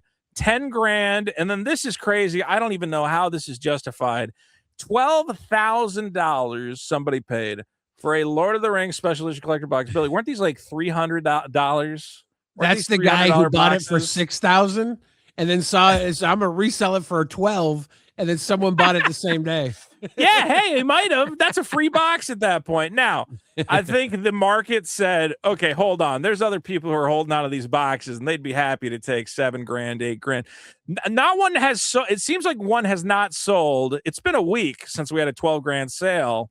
Yeah. So it must have been one psychopath came through and bought them all, because we now have one listed at $7,600. We have one listed at $9,000. I'm actually seeing different retailers are taking advantage of the fact that this has become kind of newsworthy, and they're now also trying to sell their Lord of the Rings special edition. Let me see if I can find that Lord Rings special. I saw boosters for like $600. Yeah, here over on Forge and Fire, they actually have. Look, guys, you can get a pack for only $650. Taking advantage of this kind of speculative frenzy. Dude, FOMO. when this came out, people didn't even know about this set. It was no, they were confused by it. There was so many people that had no idea this was out. I was buying these boxes when it came out for like $300 a piece. You were buying? Did you get a whole box of this and get to open it? Oh, dude, I opened like 3 or 4 boxes of this. How much of it did you keep? I have a bunch of the. You got a bunch of posters, right? You got some posters. I got rid of so many posters because I didn't. It sucks, but I did keep a few posters. I have the March of the Ents non-foil poster. Yeah, that was one I wanted to keep, and then I have the enemy of the shadow or whatever, shadow of the enemy. I have that in foil poster, and then I have the foil poster of the X spell enchantment for 2 red and an X, and then like Spiteful Banditry. I really like that card. I kind of wish I had got the poster. I got that poster. I'm also still looking at the Mount Doom and being like, it's like, let me see, what's the Mount Doom selling for? I like the Mount Doom a lot. It's a really cool looking card. The foil right now is way too expensive. $473, the cheapest one. Fuck that. Yeah. I like the card. It's a cool card. I love cool lands, but I'm so mad. I almost bought this, but I had 2 other cool versions of it. So I was like, I don't need a third cool version. I needed it. I should have got it. I was so close to picking this up. Well, part of why Lord of the Rings is spiking, and this is really stupid. Do you know Penguin Zero, Billy? Yeah. Charlie? Yeah, Moist Critical. Moist Critical. Are you aware that he has a channel called Skill Check where he just opens boxes of cards? Yeah, those boxes were all, he bought all those a week ago. He might have. Because look, 10 days ago, this is my last Lord of the Rings opening. Then he says, you'll never guess what I'm opening. And he opens another one. Then he says, Lord of the Rings can't keep me away. These videos all have like 100,000 views, 100,000 views, 100,000 views. That's a lot of people watching and going, whoa, there's Lord of the Rings cards and they're really cool. Maybe I'll get a box. Some just rich guy sitting around going, oh man, $6,000, I can get a box. I might open $100,000 Lord ring, one ring. Here's what people don't understand about the Magic economy is it's tiny. The amount of these boxes, people think there's like an infinite supply. One guy can make videos about how cool the cards are. and the whole supply can go like, we got none of them left. Everybody bought them up. There's a speculative. I just bought a couple more. Like I said, my life hack is buying Japanese boxes that could contain serialized. Okay, because right now, Brothers War, the price there's right now a speculative frenzy on all collector boxes. Right, Brothers War collector, because people are going, oh, if I hold on to these, they might be worth money in the future. A Brothers War collector box right now, the cheapest one in English is $879 fucking dollars, which is absolutely insane. Even if you pull a serialized, you're probably not getting $900. You would have to pull like Mox Amber. What serialized other than Mox Amber is going to give you back $900? Oh, the Phyrexian worm coil machine. Yeah, worm coil is a worm that might be like $800 for like a serialized worm coil engine. I think. Though I think yeah, I think there's a lot of type in serialized because retro frame. The Ravnica ones are huge. I think that the commons and or the uncommon serials might even be up to $400 a piece now. You know. Well, so the retro frames are the ones that are going to be in what do you call it, in Brothers War. If you got a Mox Amber, I can understand somebody being like, okay, so out of Ravnica, obviously serial retro fame, Shocklands are like $2,000. I get it, they're Shocklands. Krenko, which is like the most popular Goblin commander of all time, serial numbered is 2,500. Okay, I get it. Birds of Paradise, I get it. Cyclonic Rift, I get it. This is all Ravnica though. I'm looking for what's the top. I have the Mystic's Mastery. They just passed that. Was it like 600? Let me see. Mystic's Mastery is a good card. I mean, I can understand. There's 3 listings at 600. Okay. What is the Chromatic Star? So I just recently got a serialized Chromatic Star out of a pack, and that was exciting. How are these listed? Schematic. Oh, schematic, not retro. Schematic retro. What schematic the hell? Serialized. Schematic serialized. Schematic. You type in serialized. Oh, yeah, but if I look for the listed by, okay. So Mox Amber at $4,000, that would get you back the price of the box. Ether Flux Reservoir at $1,200, that would get you back the price of the box. Altar of Dementia doesn't even get you back the price of a box. Why would you pay $900 for a box to get an Altar of Dementia or a Mishra's Bauble at $750? Just buy the cereal you want at that point. What do you really think you're going to pull a fucking serialized Mox Amber? There was something down there that was $2,000. Unwinding clock. There's one listed at $2,000. Okay. I mean, well, that's the thing is like, the price on these, they're not liquid in the way that you can be like, that's a $500 card. It's really, what is somebody going to pay for it? But it's more, if one's available for $500, you can go, well, I could buy a box trying to get one at $900, or I could just take my $500 and buy a serial. Like, I'd love to have a serialized Ornithopters. I love Ornithopter. Okay, but I'm not going to buy a $900 box to get a serial Ornithopter. If I really want a serial Ornithopter, I would probably just buy a serial Ornithopter, and I'm not going to do that because I'm not paying $600 for a Ornithopter. I was sad, but here's the worst part is like some of these are dog shit, man. You buy a $900 box. I opened a Journeyer's Kite. You know Journeyer's Kite, Billy? What the fuck do I do with a Journeyer's Kite? What deck do I put a Journeyer's Kite in? Go pay $3 to get a basic land? Oh boy. Boy. I opened the Journeyer's Kite and I was excited for about 2 seconds before I went, Journeyer's Kite? I mean, I guess it could be worse. I could have got like Key to the City is not good. Self-assemblers. Well, actually, self-assembler good. Cage Sun would have been nice. Pristine Talisman. At least I know what deck to put it in. Journeyer's Kite. I have no idea what to do with it. Altar of Dementia would be sick. Well, this is just the regular schematic, not the serialized. Anyway, the point I was trying to make was right now, and are people buying these at $900? They are $800, $899, $849. But as I've tried to explain to people, the Japanese boxes have the same serialized cards that can be in the English boosters. There's not a separate set of Japanese serialized cards. For instance, that serialized Journeyer's Kite came out of a Japanese pack of Brothers War. And right now you can get, I don't know if you can, I just bought 2 more of them on eBay, a Japanese Brothers War collector box for $250. And I went, I feel like the price discrepancy is so drastic that it is stupid to not just buy this and either crack it and hope I get a serial or sell the packs one at a time for $30 each, whatever.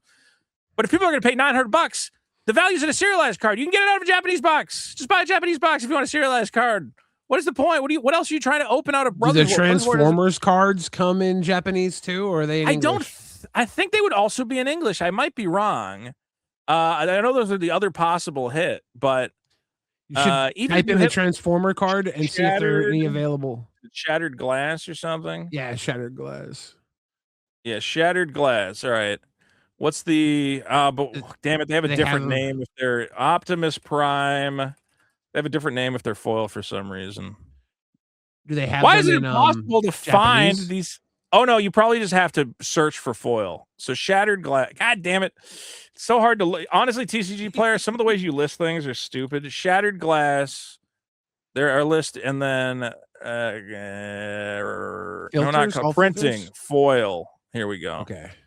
So a shattered glass Optimus Prime is $600. So you would have to get a decent cereal and a shattered glass. Which guys, I opened like 6 Brothers War collector boxes. I didn't get any shattered glass and no serialized. In foil? I have no idea why you Yeah. guys. Yeah, not in, I got some normal ones, but not in foil. No foil shattered glass. Do they have? Can you search if they're in Japanese here? Do they have a? If they are, I'd be able to search under language. So it looks like they do have Japanese ones. Yeah. So that's the one thing you would miss out on getting a Japanese box is you might get a Japanese whatever the fuck slight. But how much is one going for? Is it available? Let's take a look. They don't have it in foil. Okay. I lightly played is like $13. They don't have the foil one listed though. Okay. I'm sure there's some foil Japanese on here, and it's probably. I mean, dude, I've been buying. I got a. Here's a card I just bought because I really like the art in this card. I love graveyard decks. I really wanted the Fracture foil Ice Tail Explorer. I looked at it, and this is not. I wish I had an actual picture of it, but I'm like, man, that art looks really fucking cool in foil. And again, I go, okay, I could get the English one for $400, or I could buy a Japanese one for like $100. And I'm like, I'll buy a Japanese one. Like, I know what the card does. It's a cool card. Yeah. I'd rather just get here. You get like a lightly played. I actually got a near mint on eBay for like $100, and I said, it just looks good to me. It's a good. I like the Fracture foils. I think they're cool. Yeah, not and bad. I still think they're underpriced, based on just how hard they actually are to pull. These are like 1 out of every 6 boxes, I think. You might see a shattered, and a lot of them I've never opened a fractured foil of any card of any set that has it in it. I've opened exactly one. I opened out of a Japanese Foundations pack. I opened a fractured Progenitus, and it's cool. It's a cool looking card. So yeah, I don't know. I'm one of these guys where I go, I don't care about you. It's the same with Pokemon collectors, man. The guys who are happy collecting Japanese Pokemon cards are infinitely happier than the guys who chase after the English ones, because the English ones are all like 10 times the price.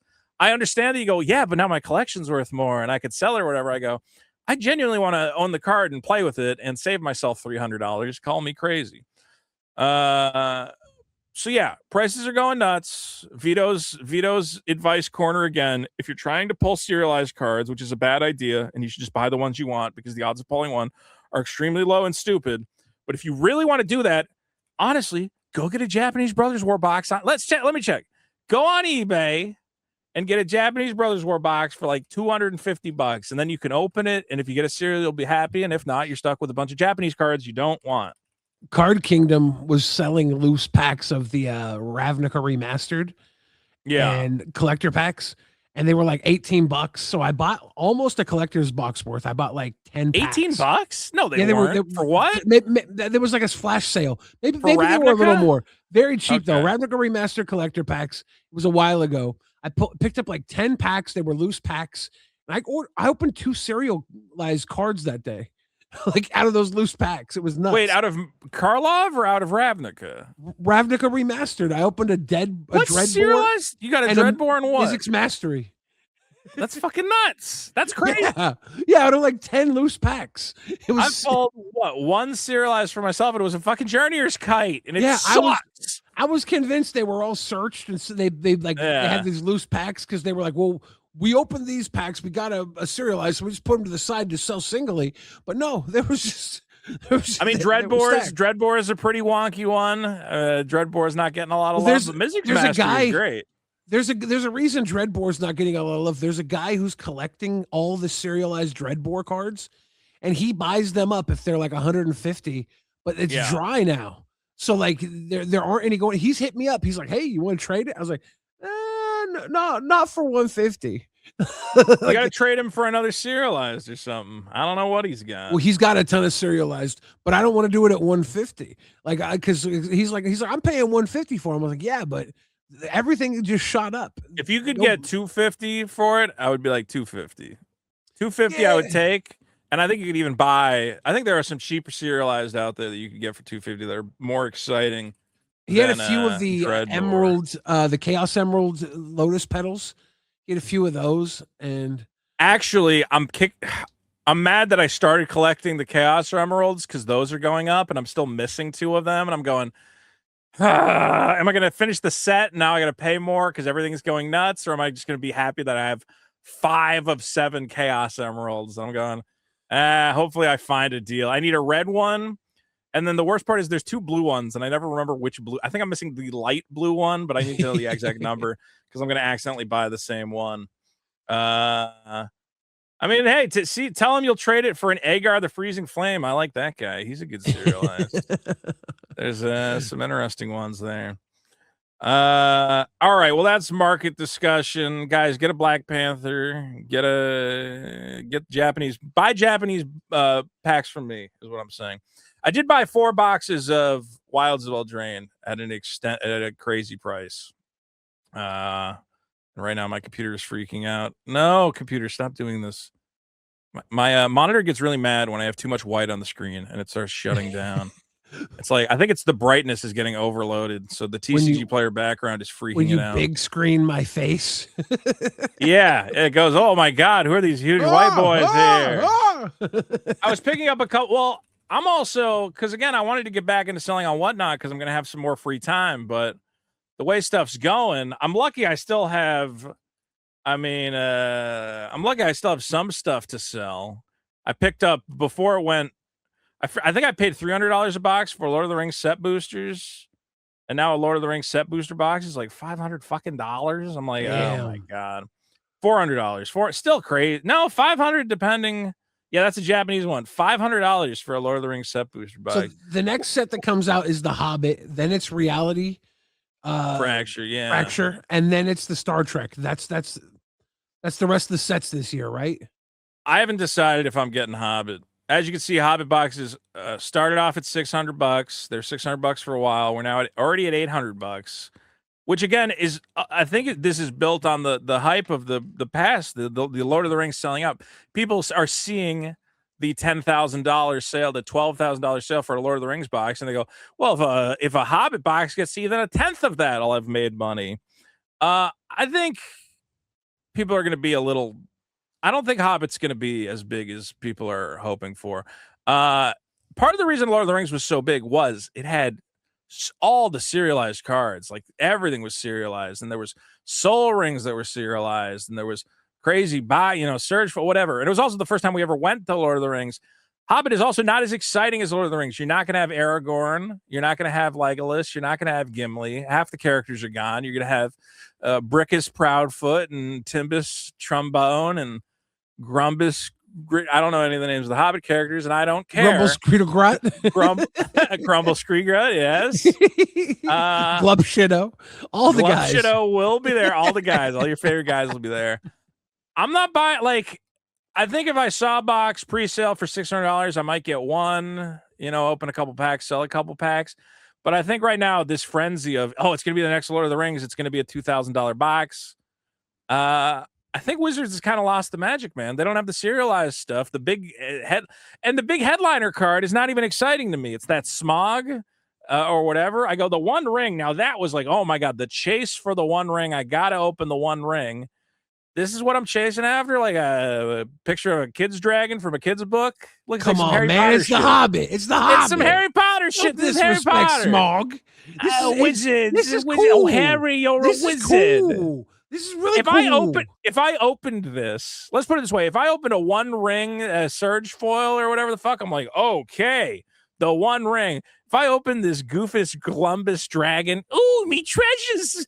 Ooh, I got to hides me treasures. I want me treasures, dude. Gone, sell, dorky, lame. I want Lupus Gumbledore Smog. I want this guy. in a deck. I don't even. Also, it's one of these cards that doesn't even tell me what the fuck it does. The One Ring. Didn't the One Ring have the text There's on probably it? only like no, not the one ring. The One Ring doesn't have any text on it. Is that true? No, I don't believe it does. Yeah. The Let me see. One of one ring. I thought it had the text. These on are it. so rare. It does. It does have the text in it, but the text is in fucking yeah. But it's Elven. in Grumbledore. Okay. Yeah. It's an Elven. It says Grumpus, Grumpus, Grumpus, Grumpus. I don't speak Grumpus. I don't speak Grumpus, so this card is not for me. I gotta you say, get those Grumpus cards from Japan all the time. You love the Grumpus cards. Yeah, but I know that they say something that means something. All right, this is Grumble Jumble Jimble Jingle. It's in Phyrexian. I gotta say it, like, this is exciting to me because I go, oh my god, I might open a magic card because I'm a guy who likes magic cards. I look at fucking Smog and I go, this isn't even a magic card. This is just a picture of a fucking dragon. Look, this is just a picture of a dragon. I can get There's a picture probably of a dragon. Like 150 of these, maybe anywhere. 500 of these tops, right? Yeah, so okay. Like, I can go. You're not going to open this one anyways. This is a pure collector piece. It's a collector piece for fucking dorks. This is a dorky, shitty card. You wish it said Grupus Grumbus Gripple Grobble. Grupus Grumbus Grimble Grumble. And it's red. The other thing is the One Ring's more exciting because it goes in any fucking deck. If I got a crazy search for One Ring, I'd put it in a bunch of decks. This goes in People what? love deck, dragons. People love dragons. They love dragons. This is the quintessential dragon of all dragons. This is the quintessential dragon. He costs this 4. He's not even a big guy. He's the quintessential. He's a treasure dragon. Go get the other version of Smog up, okay? All right, let's see what Smog does. This is fucking. It's get the special version. Flying haste. Whenever he attacks, he deals damage equal to the number of treasures you control. At the beginning of upkeep, you make a treasure. Okay, he's a good treasure dragon. He's a treasure dragon. He's awesome. We love Smog. It's a good dragon. It's a good dragon. He hoards his gold. At no point. There's the other special version of this with the Smog scale, which they have a Smog scale version of cards. That's how great Smog is. He's got his own border, okay? So if you get the Smog scale version, if you get the Smog scale version, that looks like shit. God, pull it up, so pull it up, bad. It's so cool. Look it's at so this cool. Trash. Now they have a tons of cards with the Smog variant. Ew, brother. Ew. Now, Vito, look at this. The Vito, fucking box, Billy. The box is so fucked because it's got a fucking snake thing going along in it that the words have got to follow the snake tail. They're not even lined up in a nice clean way. That's his dragon scales.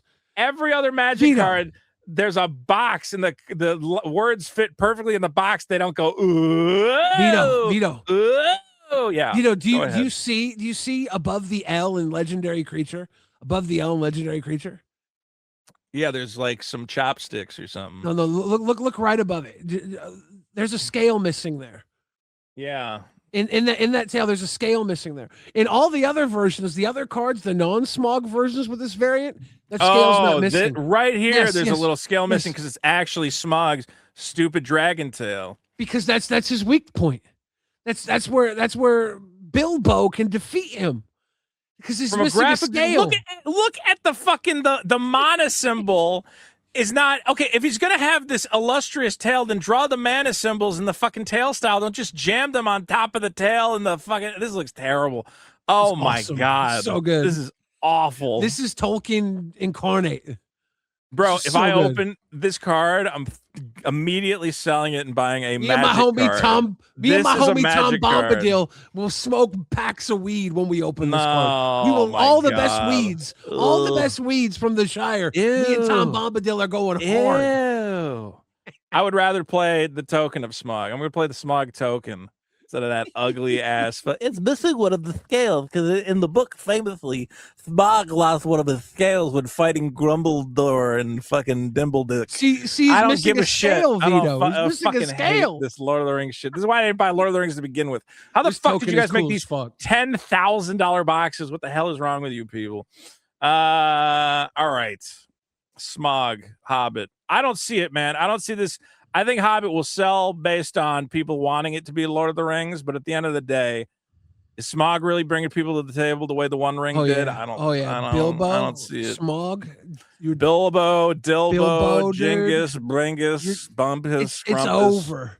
It's over. Hobbit Girl Summer. It's Habbo. It's Habbo. It doesn't work. It doesn't work at all. It's Hobbit Girl Summer.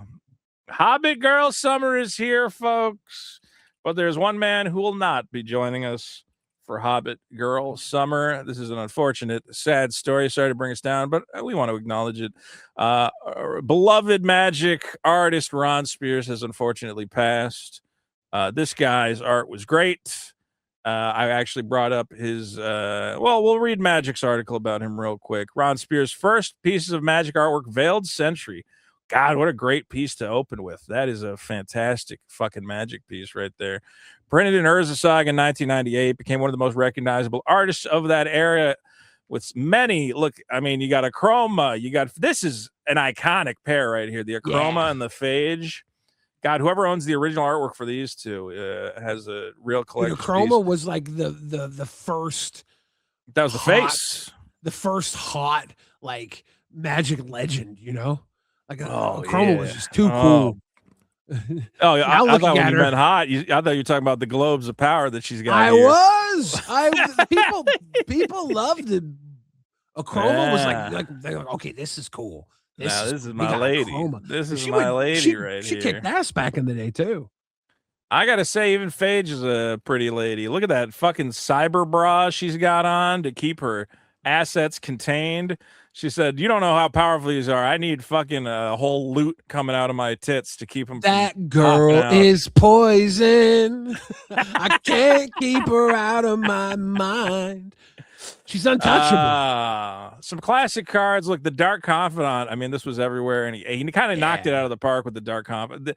Honestly, every Dark Confidant that's come along, I kind of just like this goofy kid who plays Magic hanging out with a big slug wizard, telling each other fucking. Which one of these is the Dark? Is he the Dark Confidant or is the Dark Confidant? I think he's the Dark Confidant. Yeah, telling the slug man, he goes, "Hey, by the way, there's some shit going down across town you might want to know about." Yeah.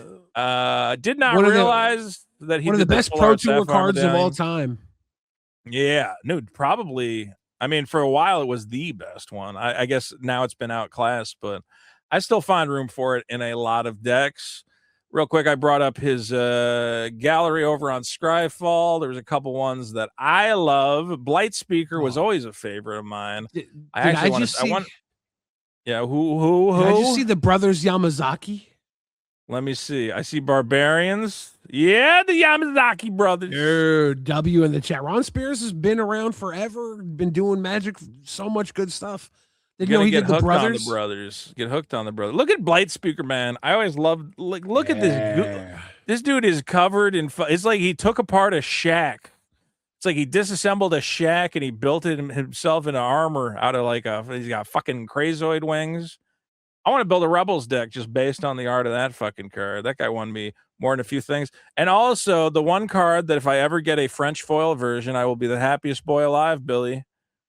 You want that French foil delay? Why would you ever want that? Why would I ever want this card in French foil? I don't know, Billy. Especially with that giant. With that giant cool guy stumbling through the portal. Let me see if I can find. I'm delayed. Bro, the worst part is that they knew everybody wanted it. So when they did Time Spiral Remastered, they changed the art. Because if they didn't change the art, I would have bought infinite Time Spiral Remastered French boxes. Here, of course, is a French foil delay selling on eBay for $600, or as the French would call it, retard. That's just a guy. That's just a counterspell. That's just a real good counterspell. They misspelled Goofy Giant. I play my commander, retard, and send that back to your hand. Oh God. If I had a French, I actually have been meaning to just proxy foil copies of this card. And I'm going to find a nice proxy service. I'm going to print a couple hundred of those. And if you subscribe to the Rhystic Study Hall Patreon at a certain tier, you can have a French delay and you can have a Juju bubble. Everybody gets a Juju bubble and a French delay. Everybody at the $100 tier gets a French retard with a Vito's face on the ogre's body. I'll put my face on there. Oh, I'm here to counter your spell. Oh. And then we'll autograph Juju bubbles. I did pick up some Juju bubbles just so I have them. I'm like, I was worried there was going to be a run. I'm trying to see if there's any other great ones, but look, this guy was a great artist, man. And it just makes me, I gotta get more signed cards, man, because I don't get any Ron Spears. And now that I got all these signed cards in my deck, I love it. And I want to get more shit signed. I tried to take the eBay to see if there was any Ron Spears signed cards, but the day he died, everybody had the same idea and they bought them all up. So, but he did a lot of great art. That Sapphire medallion is great. Chivin Wumpus. Oh, and the Sliver Legion. Wow, that's a big card. Yeah, dude, I always loved the colors on Sliver Legion, man. This is the best looking 5-color sliver. The way it actually plays with the gold frame, it's just like something about this like blue to red shift. Just like, oh god, that's an attractive fucking card. It looks real good. Real good. Oh, another big one I did not realize was him. I love this. The big copper egg. You can cook a steak in there. Ooh. You ever see guys grilling on these on Facebook, man? They pop open smoker? the big egg. Yeah, they got a smoker going. You got some brisket in there, baby. Oh, brisket? Let's get some Mox brisket rolling around here. Bro, now I want a Thran Dynamo, but I want the top cut off, and it's a grill, and I want like Hank Hill or fucking Guy Fieri, just like giving a thumbs up to the camera wearing Oh, you think this is propane?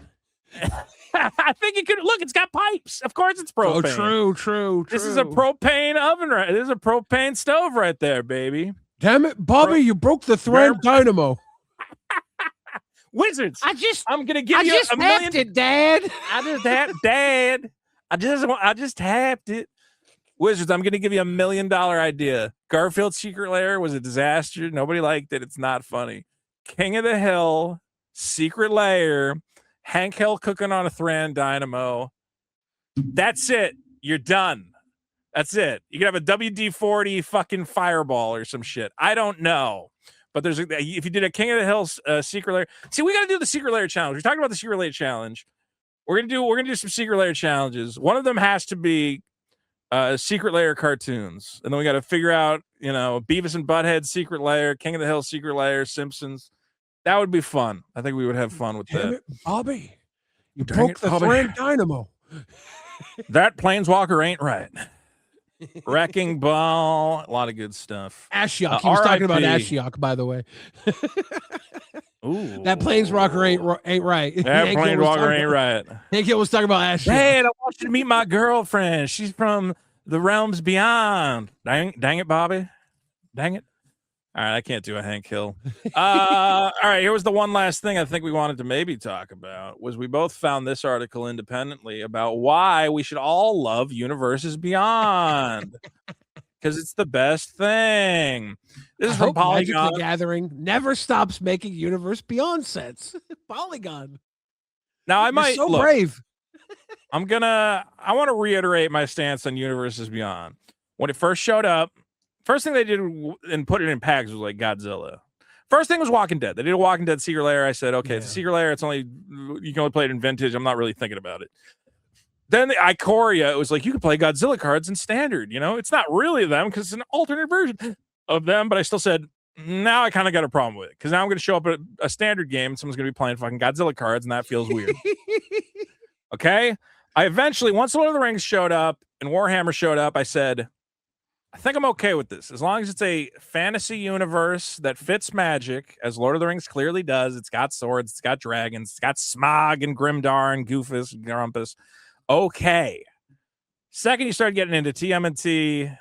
Avatar's like on the edge. Avatar's like close to fitting. It feels like some Kamigawa shit. But TMNT, Doctor Who, now we got Marvel. I go, nope. Don't like it. Doesn't fit. Should have been a Secret Lair. Should have been a fucking Commander product. Whatever. It does not feel like the core. I don't know why they didn't just spin Magic off into a new game that has the same rules and just call it fucking Super Friends Adventure Fatigue. Whatever. Cartoon All-Stars to the rescue. Yeah, okay. Call it Cartoon All-Stars to the rescue because that's what it fucking is now. We have Garfield and TMNT and SpongeBob. The only difference is they're not telling me not to do drugs, but they're kind of doing that because they're telling me not to look at boobs because they've taken all the sex and drugs out of the game. Okay. Vito, don't do Halo, man. You got to get off the streets of New Capenna. I used to own a VHS copy of Cartoon All Stars: The Rescue, and I was Me very too, proud dude. of That was owning that. I love that. I remember We used to get super high and put on Cartoon All Stars: The Rescue, and then Michelangelo would make us ride a roller coaster through our own demons and be like, taking drugs seems like a lot of fun when you're going high, but then cowabunga, dude. And then the fucking thing goes into like a pit of demons or some shit. When Cartoon of All Stars to the Rescue was coming out, it was being like presented as this huge team up of cartoons. And they got the president's wife, fucking what's her name? Wasn't it Reagan's wife introduced the thing? I think so. Yeah. I called my aunt, right? And I'm like telling her, because my cousin, I was like, he's gonna want to watch this. So I'm sitting here talking to my aunt, telling her all about Cartoon All Stars: The Rescue, explaining the whole thing, super excited. And I had like a 5-minute phone call, and then the woman on the other end goes, I think you have the wrong number. She's like, and that's when sure I knew I had a drug problem. I went off, dude, for like 5 minutes to some random woman I thought was my aunt. It was so insane. Grandma, you gotta check this thing out, man.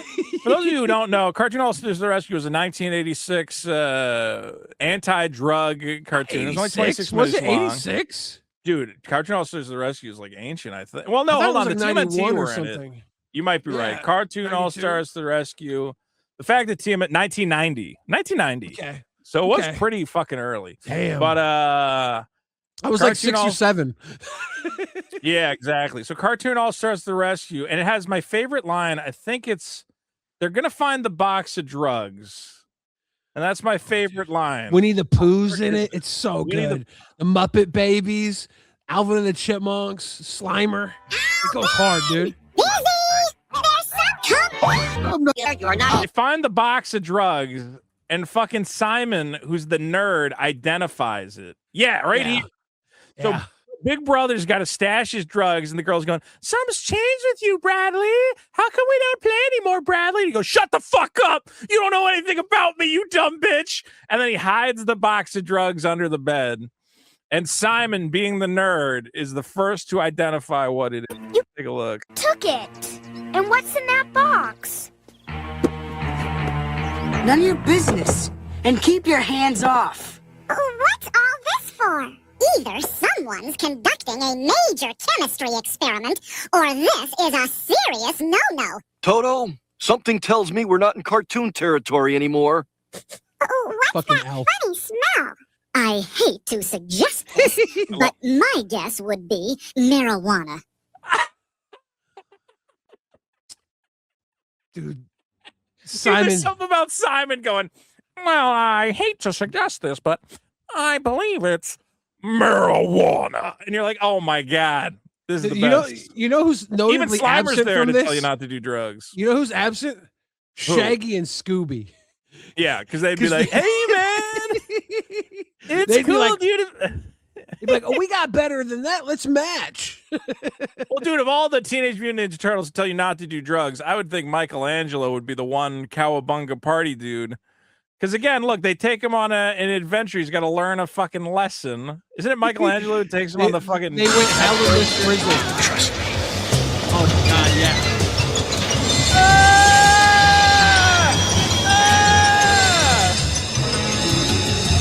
Listen to me, Mikey. Mikey. Oh man, that kid's fucked. Yeah, well, Michelangelo, he didn't want to do drugs. This is more for me, dude. Dude, is Michelangelo not in this? Did I misremember it? There's a mutant. He is in it. Yeah. In this. Yeah. Michelangelo is in it.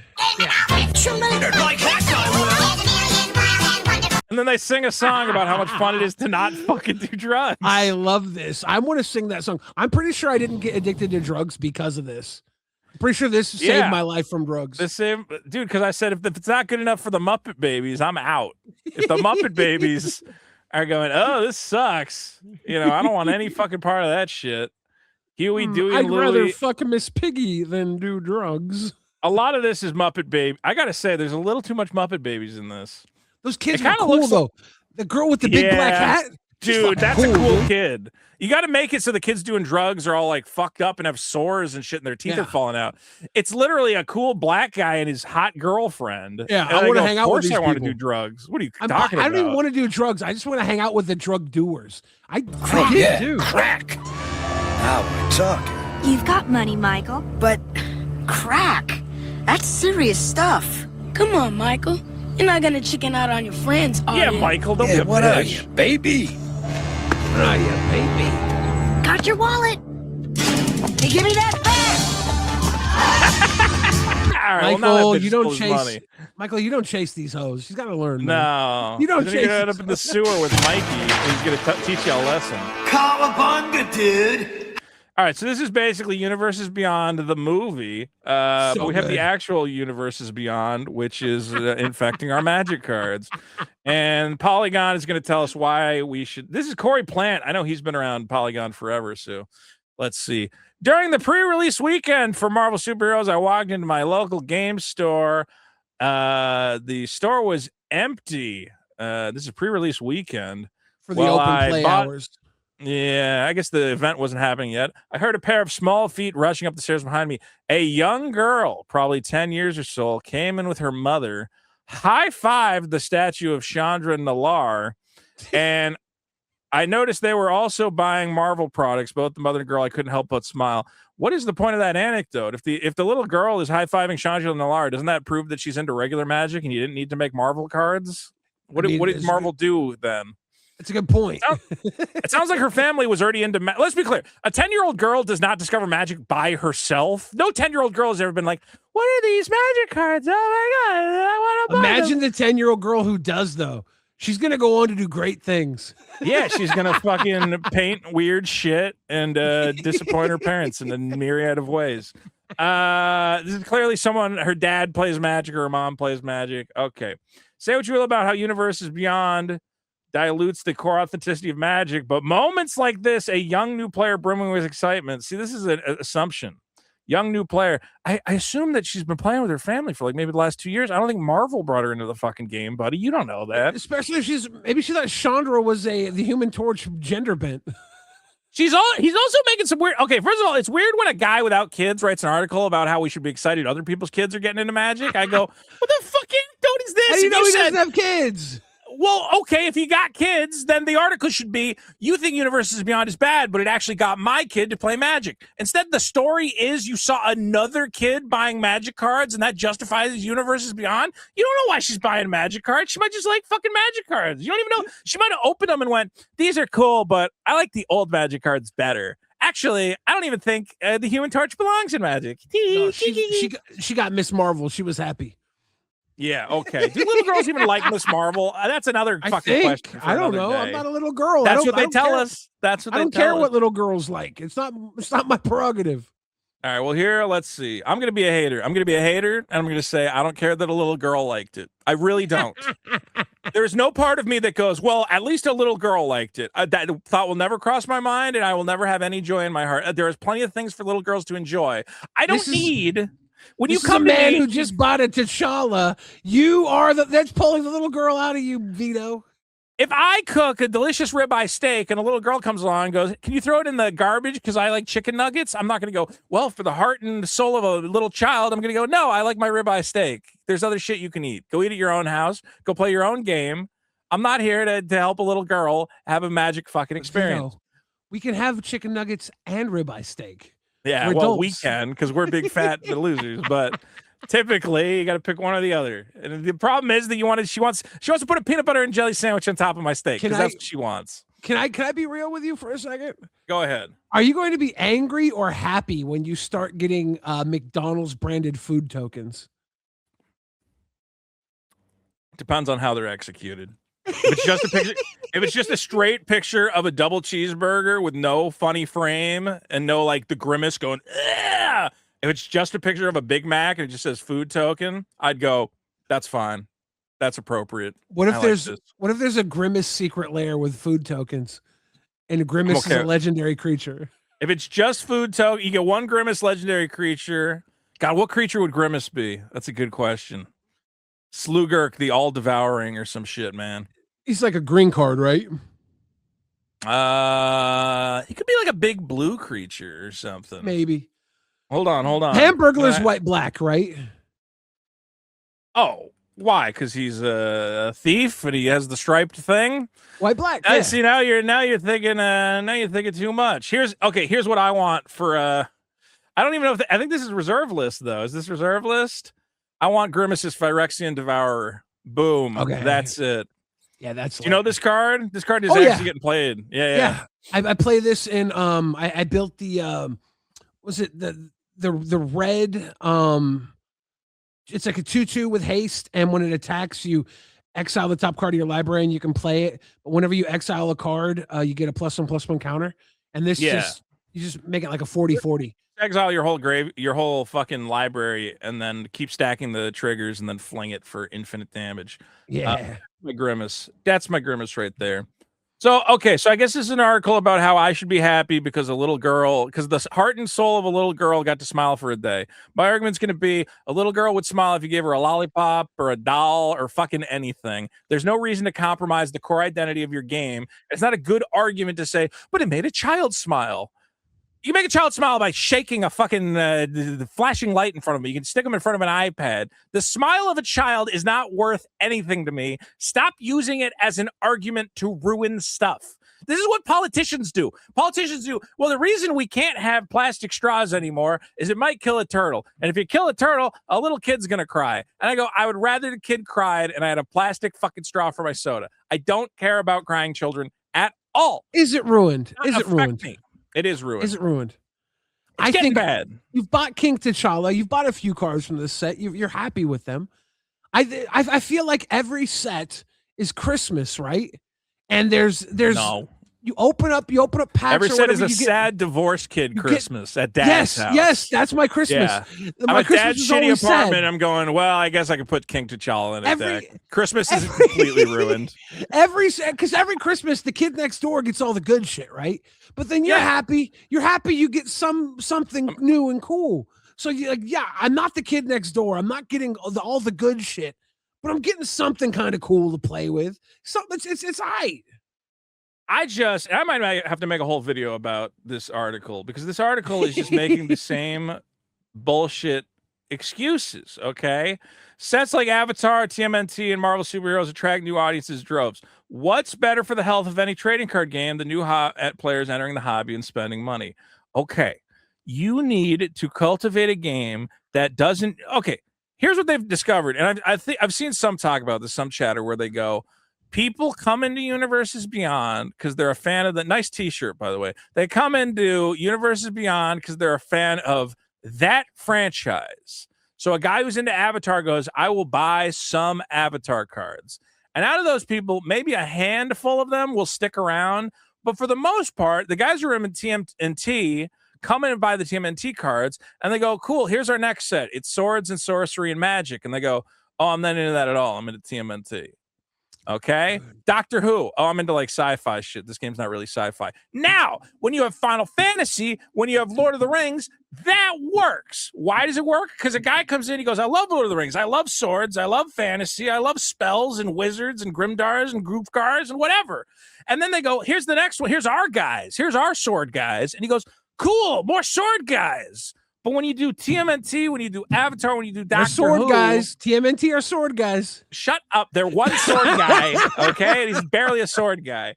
It doesn't keep people around. Those sets are not interjecting players into the game. The guys show up for one set. The whole game gets diluted with a bunch of pizza fucking shit everywhere. Everybody's got to run pizza cards.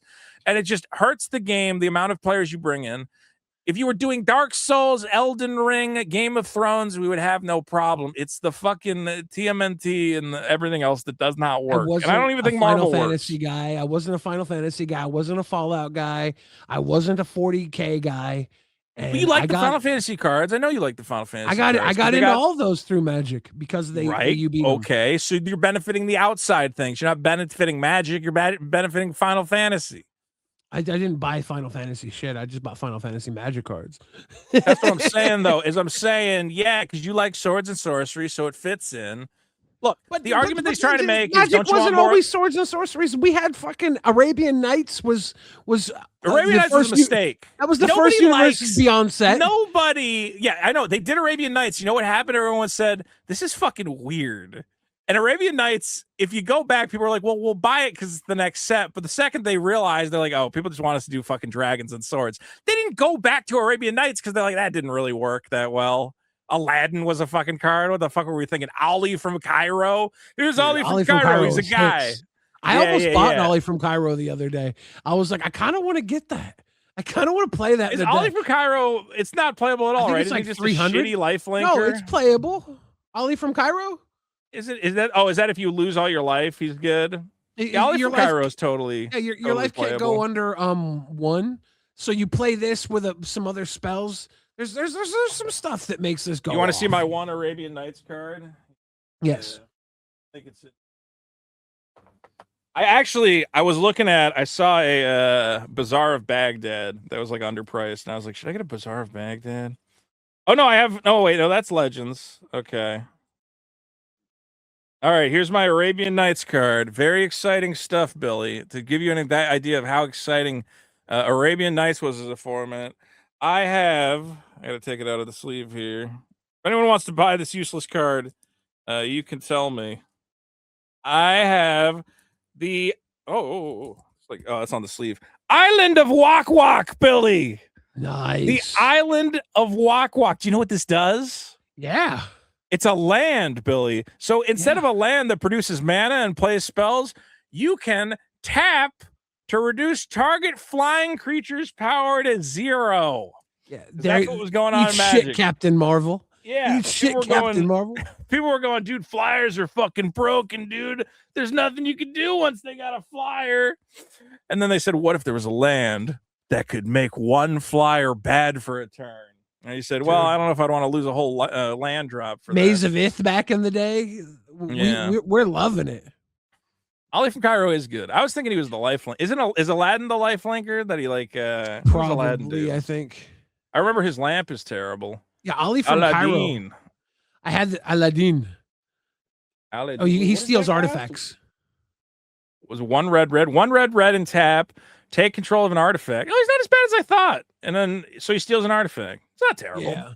It's kind of playable. Well, I remember being a kid. I was like 11 or 12 years old, and my local shop, there was this kind of pro level player that was at my local shop. His name was Mike Thompson, and he saw me. I had a Berserk deck, and he was like, "Okay, I was 11 years old. You kind of get it. You kind of get Magic."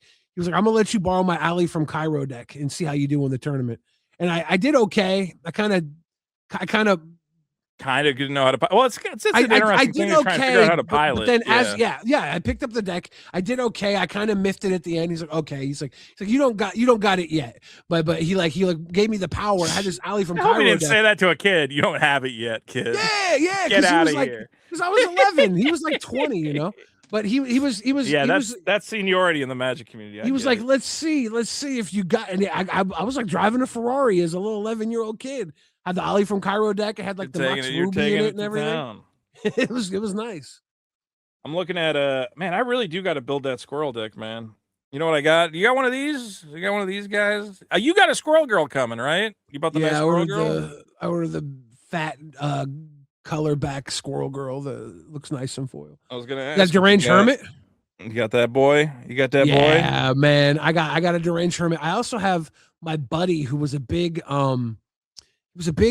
cube guy, and right before he killed himself, he made me he drew me out a deranged hermit like proxy, like a hand-drawn deranged hermit. He was like, he's like, I want to give this to you. You can play it. Like, before someone kills himself, they give all their shit away. They start giving but he gave you a drawing that he drew. He didn't give you his magic cards. He gave them to other people, but he was like, I want to give you this. And he was giving gifts. He gave me some pickled onions too. And I was like, oh, what a nice guy! What a nice guy! What a nice guy! And then he fucking kills himself. Yeah. Oh, when Boogie was gonna kill himself, he told me he was gonna give me his dragon statue, and then he didn't kill himself. And I went, well, do I still get the dragon statue or no? Bitch. Yeah, Boogie totally screwed me out of a free dragon. That's the thumbnail tonight. Boogie 2988 robbed me of a dragon. He's a real. What's the suicide version of an Indian giver? You know, he's one of those. Whoa, he's an internet giver. He's an internet giver. All right, here we go. Let's finish this article. All right, so because little kids might have fun, we have to completely dumb down our game. As the oldest trading card game, Magic has a legacy going back 30 years. Blah, blah, blah. You fall in love with characters. Who gives a shit? Pokemon TCG is not bigger now because it's a better game. Obviously, Pokemon is terrible because it understands that players and collectors alike crave that experience of having a strong emotional attachment to a character and then finding them on a little piece of cardboard. Look, I understand that Universes Beyond is going to make a lot of money based on the collectability of certain characters, and I don't have a problem with that. I think it's cool that a Y'shtola Surge Foil or a Sephiroth Surge Foil is now like $800. A fucking Tom Bombadil poster. I get it. There's a lot of built-in cachet with those characters. But if you look at like some of the other like Universes Beyond shit, I don't think TMNT is really, aside from those like super impossible to get Michelangelos or whatever, aren't those actually selling for worse than like your typical like big like serialized thing? Let me see. The art cards? No, the ones the signed showcases. The Eastman. No, the cards, showcase right? one. Yeah, the Eastmans. Yeah. Let me see. I don't Aren't even they know like how to find... $1,500 or something? Yeah, but that's like actually worse than like. Okay, let's put it this way. Is here. I'll try to show the tab. There's listings all around. It's hard to actually know. Let me see if any of these are selling. Leonardo would be the one that sells. Yeah, okay, $2,000 to $3,000, but okay. Here's my question: is you had to pay money for the TMNT license? These are also, I think, a lot. These are like super duper rares. You know, these are like the one out of every 120 boxes or something, right? Yeah, they're rare, but they're $3,000. They're the rare version of the turtles, though. Too. They're not the mythic versions. So, but haven't we proved that? Look, Force of Will, it's just an iconic Magic card with really good art. $1,000. So, like, saying, hey, this will get people like really excited and get them collected. No, Magic players are excited to get like iconic versions of like classic spells. Wizards actually seems to drop the ball on that. I don't know if you've seen everyone complaining about the I don't know if it's the Pro Tour or whatever promos where it's like Pinnacle Star Cage. And you go, what the fuck, Pinnacle Star Cage? I don't need a Pinnacle Star Cage. Like, reprint classic awesome cards with like crazoid art. Yes, you're always going to look certain things. The cloud promo. If you get the foil of this, it's what? Let me take a look. 69. Well, I don't. That's the $70,000. I don't know if that's actually selling for $70,000. Gotta get it. It might be. Have you seen Did you see the Riftbound cards? What they're selling for? Well, they're the little metal versions they have. Is that what they are? Yeah. I mean, here's one that sold for $9,000, but I could have sworn I saw one sell for like $100,000 of like a Riftbound tournament. A lot of those card. sell for like $20,000. They're very sought after. Here you go. Houston. Look, this is true. This is Miss Fortune. She's a popular League of Legends character. League of Legends is a hugely popular game. The super champion prize from a recent tournament was $100,000 for the Miss Fortune card because it was bought by some insane Chinese guy who probably plays League of Legends all day long when he's not just cashing out his Bitcoin. Okay, I understand that can help sell copies of the game. I just think that Universes Beyond could be a lot choosier about what a Garfield card will never be $100,000 ever. Okay, I don't even think that there's a Doctor Who card. You could get a serialized Doctor Who. I don't think it would ever be $100,000. It's just not a franchise like that. Not every set's gonna have a $100,000 card though. I get that, but I'm just saying, hey, people are going to chase after popular characters. You go, yes, I get it. You should do some of this Universes Beyond shit. But the diminishing returns of a TMNT or whatever else, okay, is Captain Kirk dropping a log serialized going to go for? Are they going to do a serialized Starship Captain's Enterprise? Log is a W. Will the serialized card be the Starship Enterprise? Probably, right? Maybe, yeah. It's got to be the ship. It can't be Captain Kirk. He's an old white guy. Think so, we don't like yeah. them. I think it'll be the Starship Enterprise. I like the Ninja Turtle set. I like the Final Fantasy set. I like all the sets. I like Edge of Eternities. I like it all. If there's a few cards in a set that I can play, I'm happy. Anytime there's any card, you go, well, actually, this card could do that. What do you not like? I don't like when they break the game. Like if I was That's playing, fair. if I was an avid Legacy player and Fantasticar would ruin my Legacy, That would piss you off. I'd be pissed. I'd be like, this sucks. Yeah. I don't like that they got rid of Jeweled Lotus. I think that a card that they reprinted I agree and with that. I agree chase with that. sets. I think that Mana Crypt should be available. I think Dockside Extortionist should be playable in the format on a high level. It should put you in a bracket 4 or 5 if you super play game it. changer. Yeah. It should be a game changer. But CEDH should have its own ban list, I think, is obvious. I think that we've talked about this. I think that a lot of these cards that are banned, like with Violent Outburst, just got unbanned. A month later, nobody cares about it. Yeah. It's there's probably a lot of cards that are banned because of the boogeyman. And there's people out here who say, oh, well, when Dockside Extortionist and Jewel Lotus got banned, there were people online who made threats, and we can't give them the cards back because they were bad people that made threats. They should not dictate whether or not the cards are legal. Yeah, that should not enter into the bad discussion actors at shouldn't all. be part It's of the That's a discussion. really silly argument where it's like, A lot well, of it might people make say this that. bad guy on the internet feel justified. I go, if it's for the Yeah. good of the game, it doesn't matter. I don't Literally, care. their you need to think about the feelings game. should not matter either way. Yeah. If these cards are too powerful for the game, then don't bring them back. But they're not, because we have a bracket system. We're showing people that want to play high level that they'd go 4 or 5. You know, Yeah. if the only game changer you have in your deck is a Dockside Extortionist, it's probably not going to be that crazy on a level 3. It's probably going to be up there. People might groan, but if that's 2 or 3 game changers, I think they should. Well, Dockside's really good. I always thought that they should do fixed versions of the cards. Just have Dockside Buddy Brother in a set that costs like 3 in a red, and you'd be like, okay, that's cool. You say Dockside's good. Dockside's good for the same reason Rhystic Study's good. It's good because people get greedy. People get greedy, and you Dockside is greedy people with a bunch of mana rocks. It's interesting. It's interesting. But it's, all right. it's, I want to finish this par. article. Let's finish the article. I know. Look, I want Jeweled Lotus unbanned. I'm just saying though, you love new Magic cards. You always love them. If there's 3 or 4 cards in a set that make me happy, it's a good thing. I'm a curmudgeon, and I go, oh, you more want, spider people. You want the entire set to like be perfect, and that's never gonna happen, right? It would be perfect if it was Dark Souls or Monster Hunter. Go Monster Hunter set.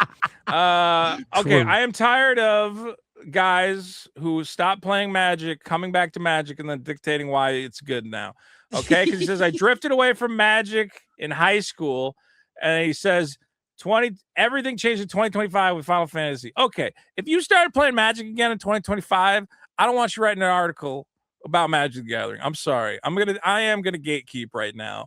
Your opinion on the game is based on I like the new thing because I came back for the new thing. Congratulations. Well, we've been here on the ground. I've been here on the ground. I've been here watching this game change and evolve and slowly fuck it up and make a lot of stupid mistakes. And the fact that you came back, I like the Final Fantasy cards. We all like the Final Fantasy cards because it makes sense. It fucking fits. It's guys with swords and it's sorcery. It fits into the fucking game. It's not, ooh, I hit you with a pizza. I got a really nasty pizza that kills your guy. And then this pizza does damage because it's a spicy pizza. So it hurts you with the spiciness of the pizza. Spicy oatmeal pizza, and that does damage, Billy. It's a damage pizza. Fucking terrible. Don't tell me, oh, but it gets little girls playing the fucking game. I don't care.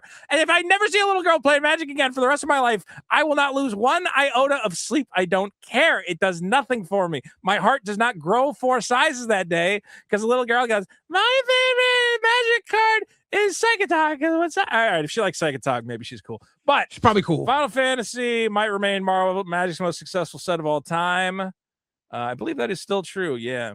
Did you ever see the JD Vance movie?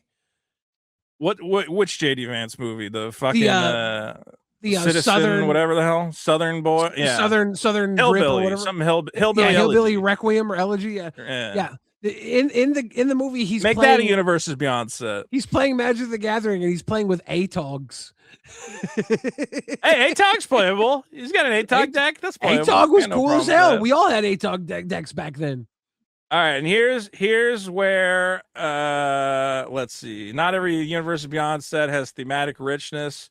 Yeah, okay. Well, that's another problem with the Marvel set. Is I go, there's no story here. It's just look at all these fucking guys. They got to stop doing the source material cards. I've decided the source material cards to me now feel like, hey, we don't want to pay for art. It doesn't feel like a celebration of look at all this classic art. It feels like we don't want to pay for art, and here's a quick and easy way to not only A, not have to come up with new cards, but B, not how to pay artists. You like the source material in Final Fantasy, right? I don't love it, honestly. Like, there's most of them I don't like. Some of the Amano ones I like. I play SRAM Artificer, which has like the guy from Final Fantasy 2 because it looks good. The Amano ones look good because, I mean, and that guy's just a legendary artist. But like, you know, I have Titus as Thrasios, and it's just Titus from the cover of Final Fantasy 10, and I go, a card works for me if I go, I would rather play that version than any other version. And I go, no, I just want Thrasios. Seth Ross is a Traxa. I go, no, I just want a Traxa. Yeah, I get that. You know, Stay With Me as Rhystic Study. I go, oh, there's way cooler looking Rhystic Studies than this. You know? So it's hard. There are a couple Final Fantasy ones. Like, I think I use Yuffie as my ninja commander because I'm like, it's Yuffie. I like Yuffie. But most of them I go, I just think the magic art in the frame just looks better, feels better. I'd rather put it in a deck. Like, I can't remember what other ones I like. I know there's like a couple, but none of them like sing. You know what's weird though? Again, I really like that Spider-Man opposition agent. Like that one, like So very good. rarely do they work. The opposition agent looks incredible because the foiling bleeds into his suit. It looks so good. And the If I reanimate get looks two good. or three good ones, I'm happy. Give me the foil Bunyan tree The from majority Avatar. of them are so bad, dude. There's so many of them. I get the source treatment. The source treatment, like, what is it? It's the Hulk fighting Thing, and it's not is it Parallel Lives or Primal Vigor? And I go, I don't know, man. This is just like an old piece of fucking comic. I like the art. I like the art better than I like the card. That's one of those where I was like, if this was a better card, I would probably put this in my deck. I like the Hulk though. I'm a big Hulk guy. Well, here's the argument. Well, yeah, if I'm building a Hulk deck, then yeah, I'll put all the Hulk cards in there. So they're good for certain decks. But again, then I always go, okay, you want to know something that drives me absolutely nuts? Squirrel Girl just came out, right? Yeah. And I already said I like the Squirrel Girl card. I hate that it says on it, do you like squirrels? I love squirrels. Well, you know that 10-year-old girl that walked into the comic shop? Card. She likes squirrels. God, fuck she her, likes God squirrels, damn it. Vito. How does Wizards always fuck this up? Okay, I go, oh, this is awesome. You got Squirrel Girl. You got a perfect piece of Squirrel Girl art. Okay, and I'm trying to find it. Is it Game Genic or something? Who makes the sleeves now? Oh yeah. Is it Ultra Pro or Game Genic? I think for some reason, Ultra Pro is not making Magic stuff right now. I think Magic might have switched over to Game Genic or whatever. I think they do multiple because Ultra Pro uses the mana symbols. I think the art, the actual game of the card goes to Game Genic. Well, you know, there was a problem, I think, with Spider-Man where Ultra Pro had all this stuff ready to go. They're like, we're going to have all these like Marvel sleeves. And then at the last minute, they're like, oh, actually, we don't have the Marvel license, so we can't print any of these. It was like a really weird thing. So like they had to cancel all the orders, and then Game Genic was like, oh, we're allowed to do Marvel stuff. So I don't know what the licensing thing is there. Okay, so I'm going, all right, I'm excited. I'm going to make a Squirrel Girl deck. I haven't got a Squirrel Girl yet, but I know I'm getting one at some point. I just haven't locked in. Okay, and Squirrel Girl has two fantastic pieces of artwork, Billy. Both of these are great and would look great on a sleeve. Tell me if I'm wrong. Okay. Yeah. This on a sleeve, framed like this, vertical, would look pretty good, right? Yeah. This, I think, would better. I think this would make a perfect sleeve. You got her name even, Squirrel Girl. You could have a brown sleeve, Squirrel Girl, maybe put some green border on it. This is the one I'm getting foil. This is the one that's coming to me. Here is the art on the Squirrel Girl sleeve. Come on. Nice. Shut up. You know that's worse. You know that sucks. How much did that suck? How did they fuck that up? Do you know what card that's from? Do you know what card this is? No. It's Go Nuts. Oh, dude, this card's dope. This card's dope, but the art is Dr. Doom being attacked by squirrels, and then you look at the sleeve, he's not even, it's Dr. Doom off screen being attacked by squirrels on my sleeve? What the fuck is the point of that? Go Why nuts. Did you use the art of Squirrel Girl? She's going nuts. 2 great pieces of Squirrel Girl art. We could have great Squirrel Girl sleeves. Is this canonically make Squirrel Girl a T girl? Is she got nuts? She's got nuts. Is that what nuts this angle is? right here. She looks terrible. Let's also, go. this was painted in a way where you weren't supposed to zoom on this and blow it up to the size of a sleeve. It's like clearly not detailed in the way that was supposed to be scaled up to sleeve size. This is absolute insanity to me. Wizards, if I could make, you don't have to put me in charge of any of the cards or anything. Let me design the sleeves and the playmats. Every playmat, everything of sleeves, I go, what are you doing? You got all these great pieces of artwork and you don't use any of them. You always put the worst fucking art on sleeves. It drives me nuts. I love how passionate Literally. you get about. I love how passionate you get about like the littlest shit. Like to me, and none of this even phases you. You're like, no, this is very important to me. Deck. I want sleeves that match. Here was, look, this was the one moment that my ADD autistic brain was happy. Okay, look at this. And I don't know why it's green screening. Simic Very deck good. box with the here. I got another example here. Is it? This probably won't get green screen. Is it deck box? What color is the deck box? It's blue and red because that's the Is It colors, right? What happens when I open up the Is It deck box, which is actually falling apart, and I have to because I've had it for so long. What happens when I open up the Is It deck box? Inlaid is the Is It logo all across the Very thing. nice. And what sleeves, Billy, am I going to use for my Is It deck box? Are they Is It sleeves that match the box? It's perfect. I don't even think this far ahead. Do that for every set. There should be a Squirrel Girl deck box with matching Squirrel Girl sleeves. My It would Gruul sell. My Gruul deck box. I have my June deck in it. Like I don't. What are you doing? No, the Gruul box, Billy. The Gruul box. Okay, it has Garrick sleeves. Close enough. Close enough. I guess I didn't buy the Gruul sleeves for that one. I should see if I can still get the matching sleeves for all of these. But man, some of the sleeves are just bad. It's okay. It's crazy to me. I'm building an elf deck, and I go, where are the sleeves with a Llanowar elf on them? Where are the sleeves with any elf on them? I'm building a goblin deck. Where are the sleeves with a goblin on them? They're like, we don't really make those, dude. I had to get sleeves. Do you want to see my here? This is my.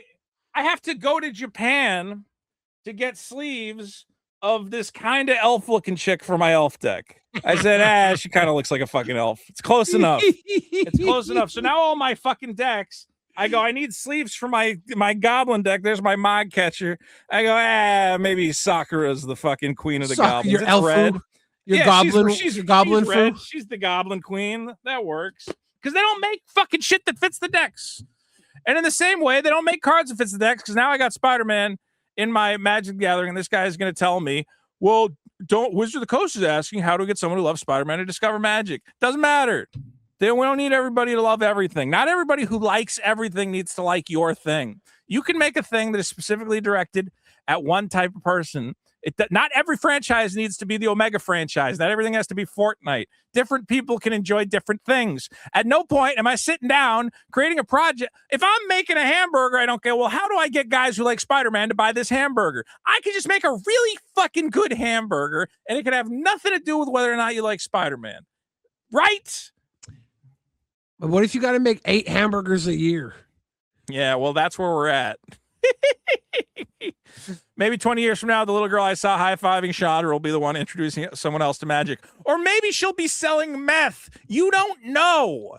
Okay? Hey. Stop making assumptions that this is good for the fucking community because you're just assuming. She's Whitney White, and she was high-fiving Chandra because she thought Chandra had meth goggles on, and she was about to go do a cook. And I'm down for that, too.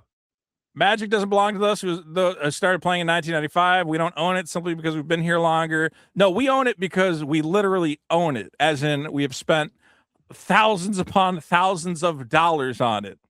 We are the reason it fucking exists. Vito, our money made it happen. And you can't now go, thanks for all your money, but here's a bunch of fucking Garfield cards till the end of time. It's not fair to the people who paid for this shit and made it what it is today. It's a fucking slap in the face. Is the there Garfield cards are not even a problem because they're little joke cards. What's that? Is there any point where you get slapped enough that you decide to just quit and sell all the cards and get out of it? Getting there. This This Marvel shit, I really okay. Here's my breaking point. Is I already said it. I'm not paying $600 for a collector box. If all the cards have become locked behind the IP paywall of, well, you have to pay extra for it because we had to pay money to get the Hobbit license. So the boxes have to be $450. I'll go, cool. I'm not buying any of them. I'll just play with the old cards and buy the old cards and find interesting treatments of the old cards. You can and I will buy a singles. couple singles, but here's the thing, man. What is your economy? Is your economy just we sell collector boxes to Richie rich kids who want super foil Spider-Mans? And the rest of us plebes and commoners buy the dregs. That's where Christmas comes into play again. All the rich kids get those collector boxes, and then we get their leftover toys they don't want to play with. Yeah, we get to go in the fucking community dumpster and see what fucking toys the rich kids threw out. Yes. Little Monterey the Third doesn't want his Dr. Doom foil. He doesn't want his regular smog. He got the fancy smog. He'll throw out the regular smog. And then we get it for cheaper because Monterey the Third had a big Christmas, and now all his other toys go to Goodwill, and we get them cheap now. We get to eat off the back of these people sometimes. I think. Look, and also people again. Why, Vito? Why you keep talking about the magic market? Because this might be the end. It might be the end of you buy packs and you crack the packs. Look at Pokemon fans. They got to kill each other in the fucking parking lots to open one pack of cards. And if it gets to that point, Billy, I hate to tell it, I'm not fighting in the parking lot for a box of Star Trek. I'm not doing it. I don't care that much. I think the best thing you can do every time there's a new set, take $100, make a commander Set it on deck. fire. Yeah, make a commander deck out of the $100. Put it on fire by buying one pack and getting nothing. Just make a commander deck for $100. Pick up go all the singles that just got reprinted in the commander decks. Buy those cheap. Fill out your mana bases with those cheap new printed lands. Get all the stuff that's overprinted from the new set. Make one commander deck for $100. Every time this comes out, that's 8 decks a year, $800 a year. If you really love Magic. See 2 years from now how much those appreciate in value, because I bet you it's a good investment and it's fun. Look, we've entered we're entering the era of the rich kid in so many ways. If this was 2 years ago, Billy, you know what I would be doing after the stream? I'd be opening a box of Secrets of Strixhaven, looking for Silver Scroll foils. I'd be cracking through some what do you call it? Planning the fucking Edge of Eternities, trying to get an ancient tomb. I can't open packs anymore. They're too expensive. I'm not opening these packs. I got to sell these packs to you idiots on whatnot.com/invite/Vito. And at this point, I don't even know I'm going to sell you guys those packs. A set booster of Lord of the Rings, I got to charge $20 fucking to get in the box price. We're fucked. We're so fucked. They got to make a second. I don't know. We're entering endless collector speculationville. The price of everything's going to the moon.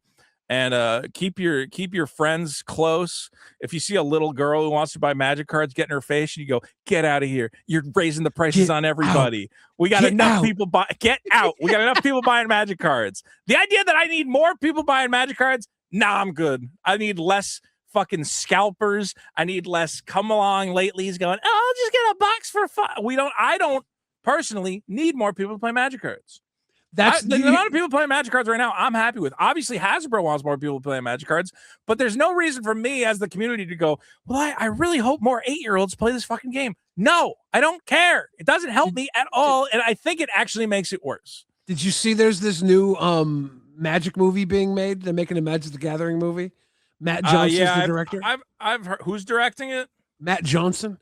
Ryan Johnson for a second. No. I think his Matt name's Johnson, Matt Johnson was at MagicCon. My buddy got a picture with him. Yeah. Is he actually directing the movie too? Yeah. So you take this new movie. I don't know what his plans are, but I think we have the perfect movie right now. It's a remake of Leon, the Professional. You have a new Natalie Portman as that 10-year-old that walks into the game store. There's a professional Magic card player that takes her in and turns her into a grinder, just a sick Magic player. I agree with you there. If you make a Magic the Gathering movie, let's be clear, it shouldn't be about planeswalkers, and it shouldn't be about traveling the multiverse, and it shouldn't be about Urza. It should be about weirdos playing Magic cards. That's an infinitely more interesting story. Okay, make a Magic the Gathering story about gross, weird nerds fighting to be the king of this weirdo fucking card game. And I will watch that.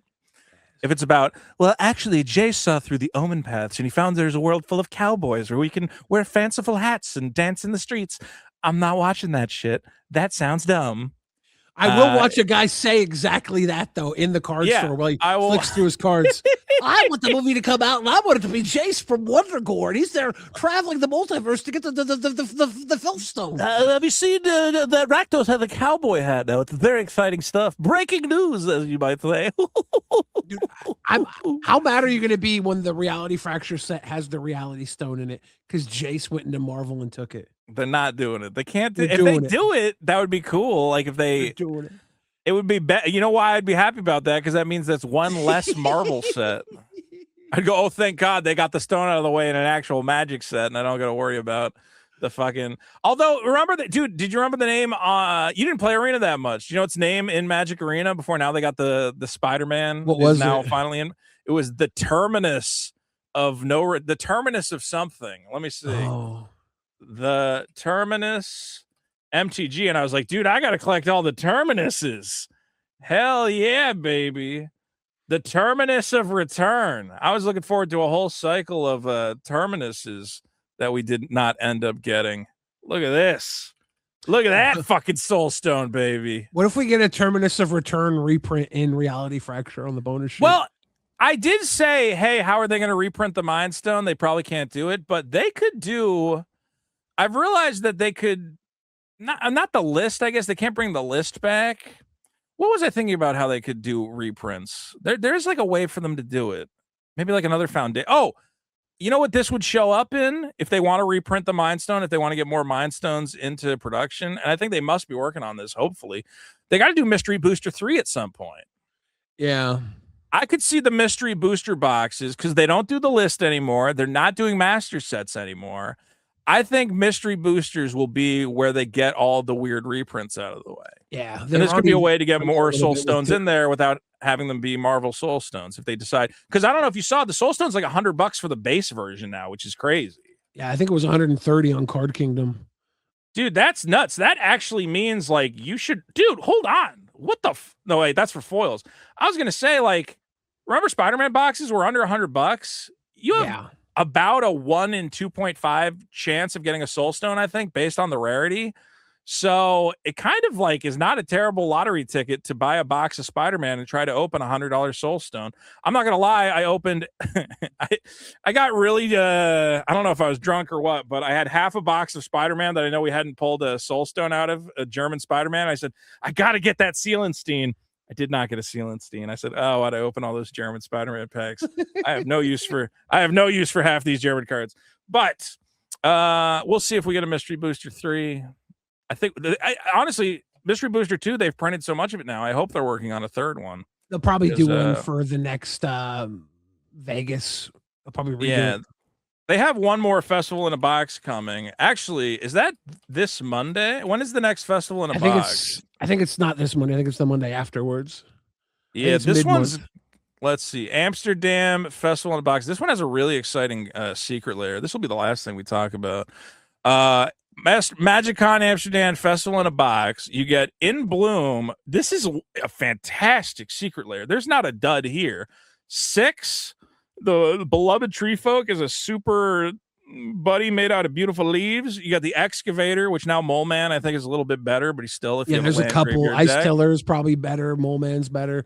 He's been put to sleep, but he's for redundancy. I mean, for your 3-drop, if that's what your deck's doing, you want as many recursions of that theme as possible. Nisa, Resurgent Animus, this was out of the March of the Machine Aftermath. Her like retro foil is like 80, so this foil is going to be crazy. Tireless Provisioner, which is just a classic, and Titiana, Protector of Play More Fetch lands. Whenever a land's put into the graveyard from the battlefield, create a 5/3 green elemental creature token. She's a lot of fun if you're playing these cube drafts. Recur your fetch lands with your graveyard effects and keep making 5/3s.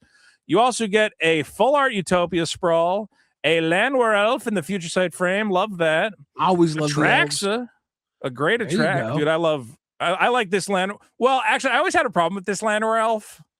This one in particular. Landwehr Elves is so weird because Landwehr Elves is a little guy who taps for mana, and you think, oh, it's gonna be like a delightful little sage. I'm at tune with the fucking forest. And it's always a guy like, I got knives, I'm gonna fucking kill you. And you go, well, that doesn't really fit what the card fucking I love does. the It's a OG little Anson one-one. Maddox art.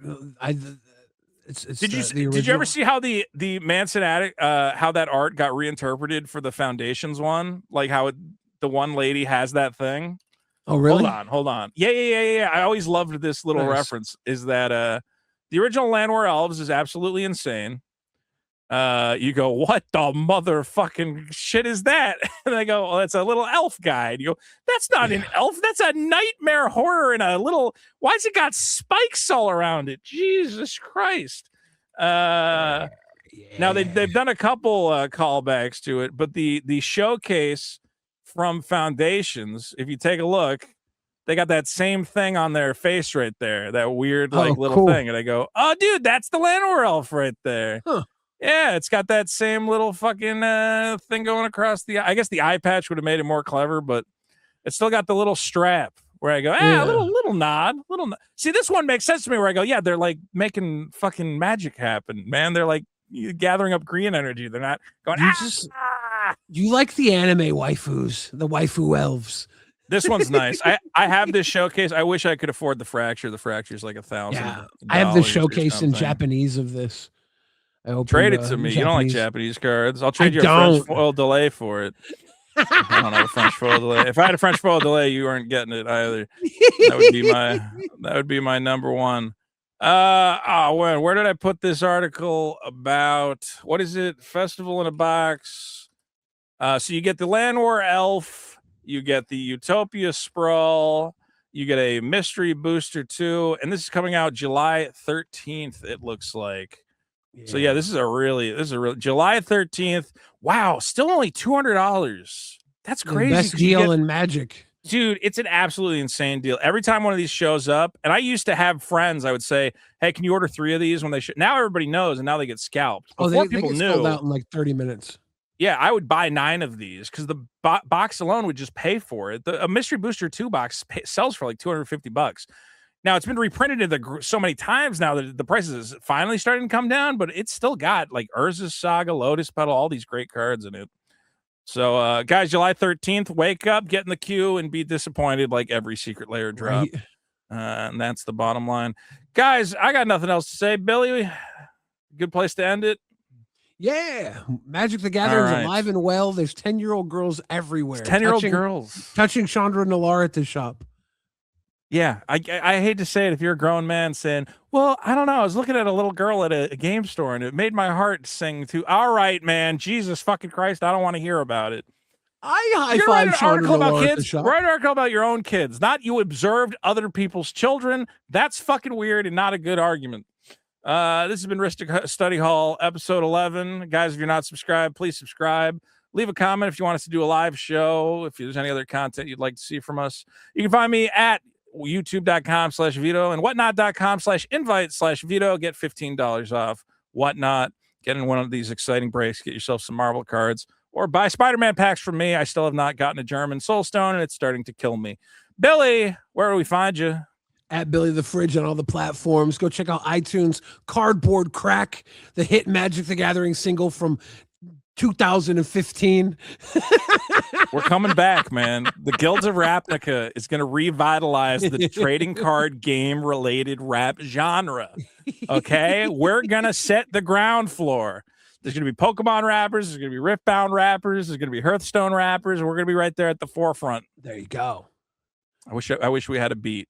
This has been the Study Hall, saying goodbye to you all. I hope you had a lot of fun, and if you see a cop, take his gun, because that's a lot of fun, and I already said fun. Keep playing Magic.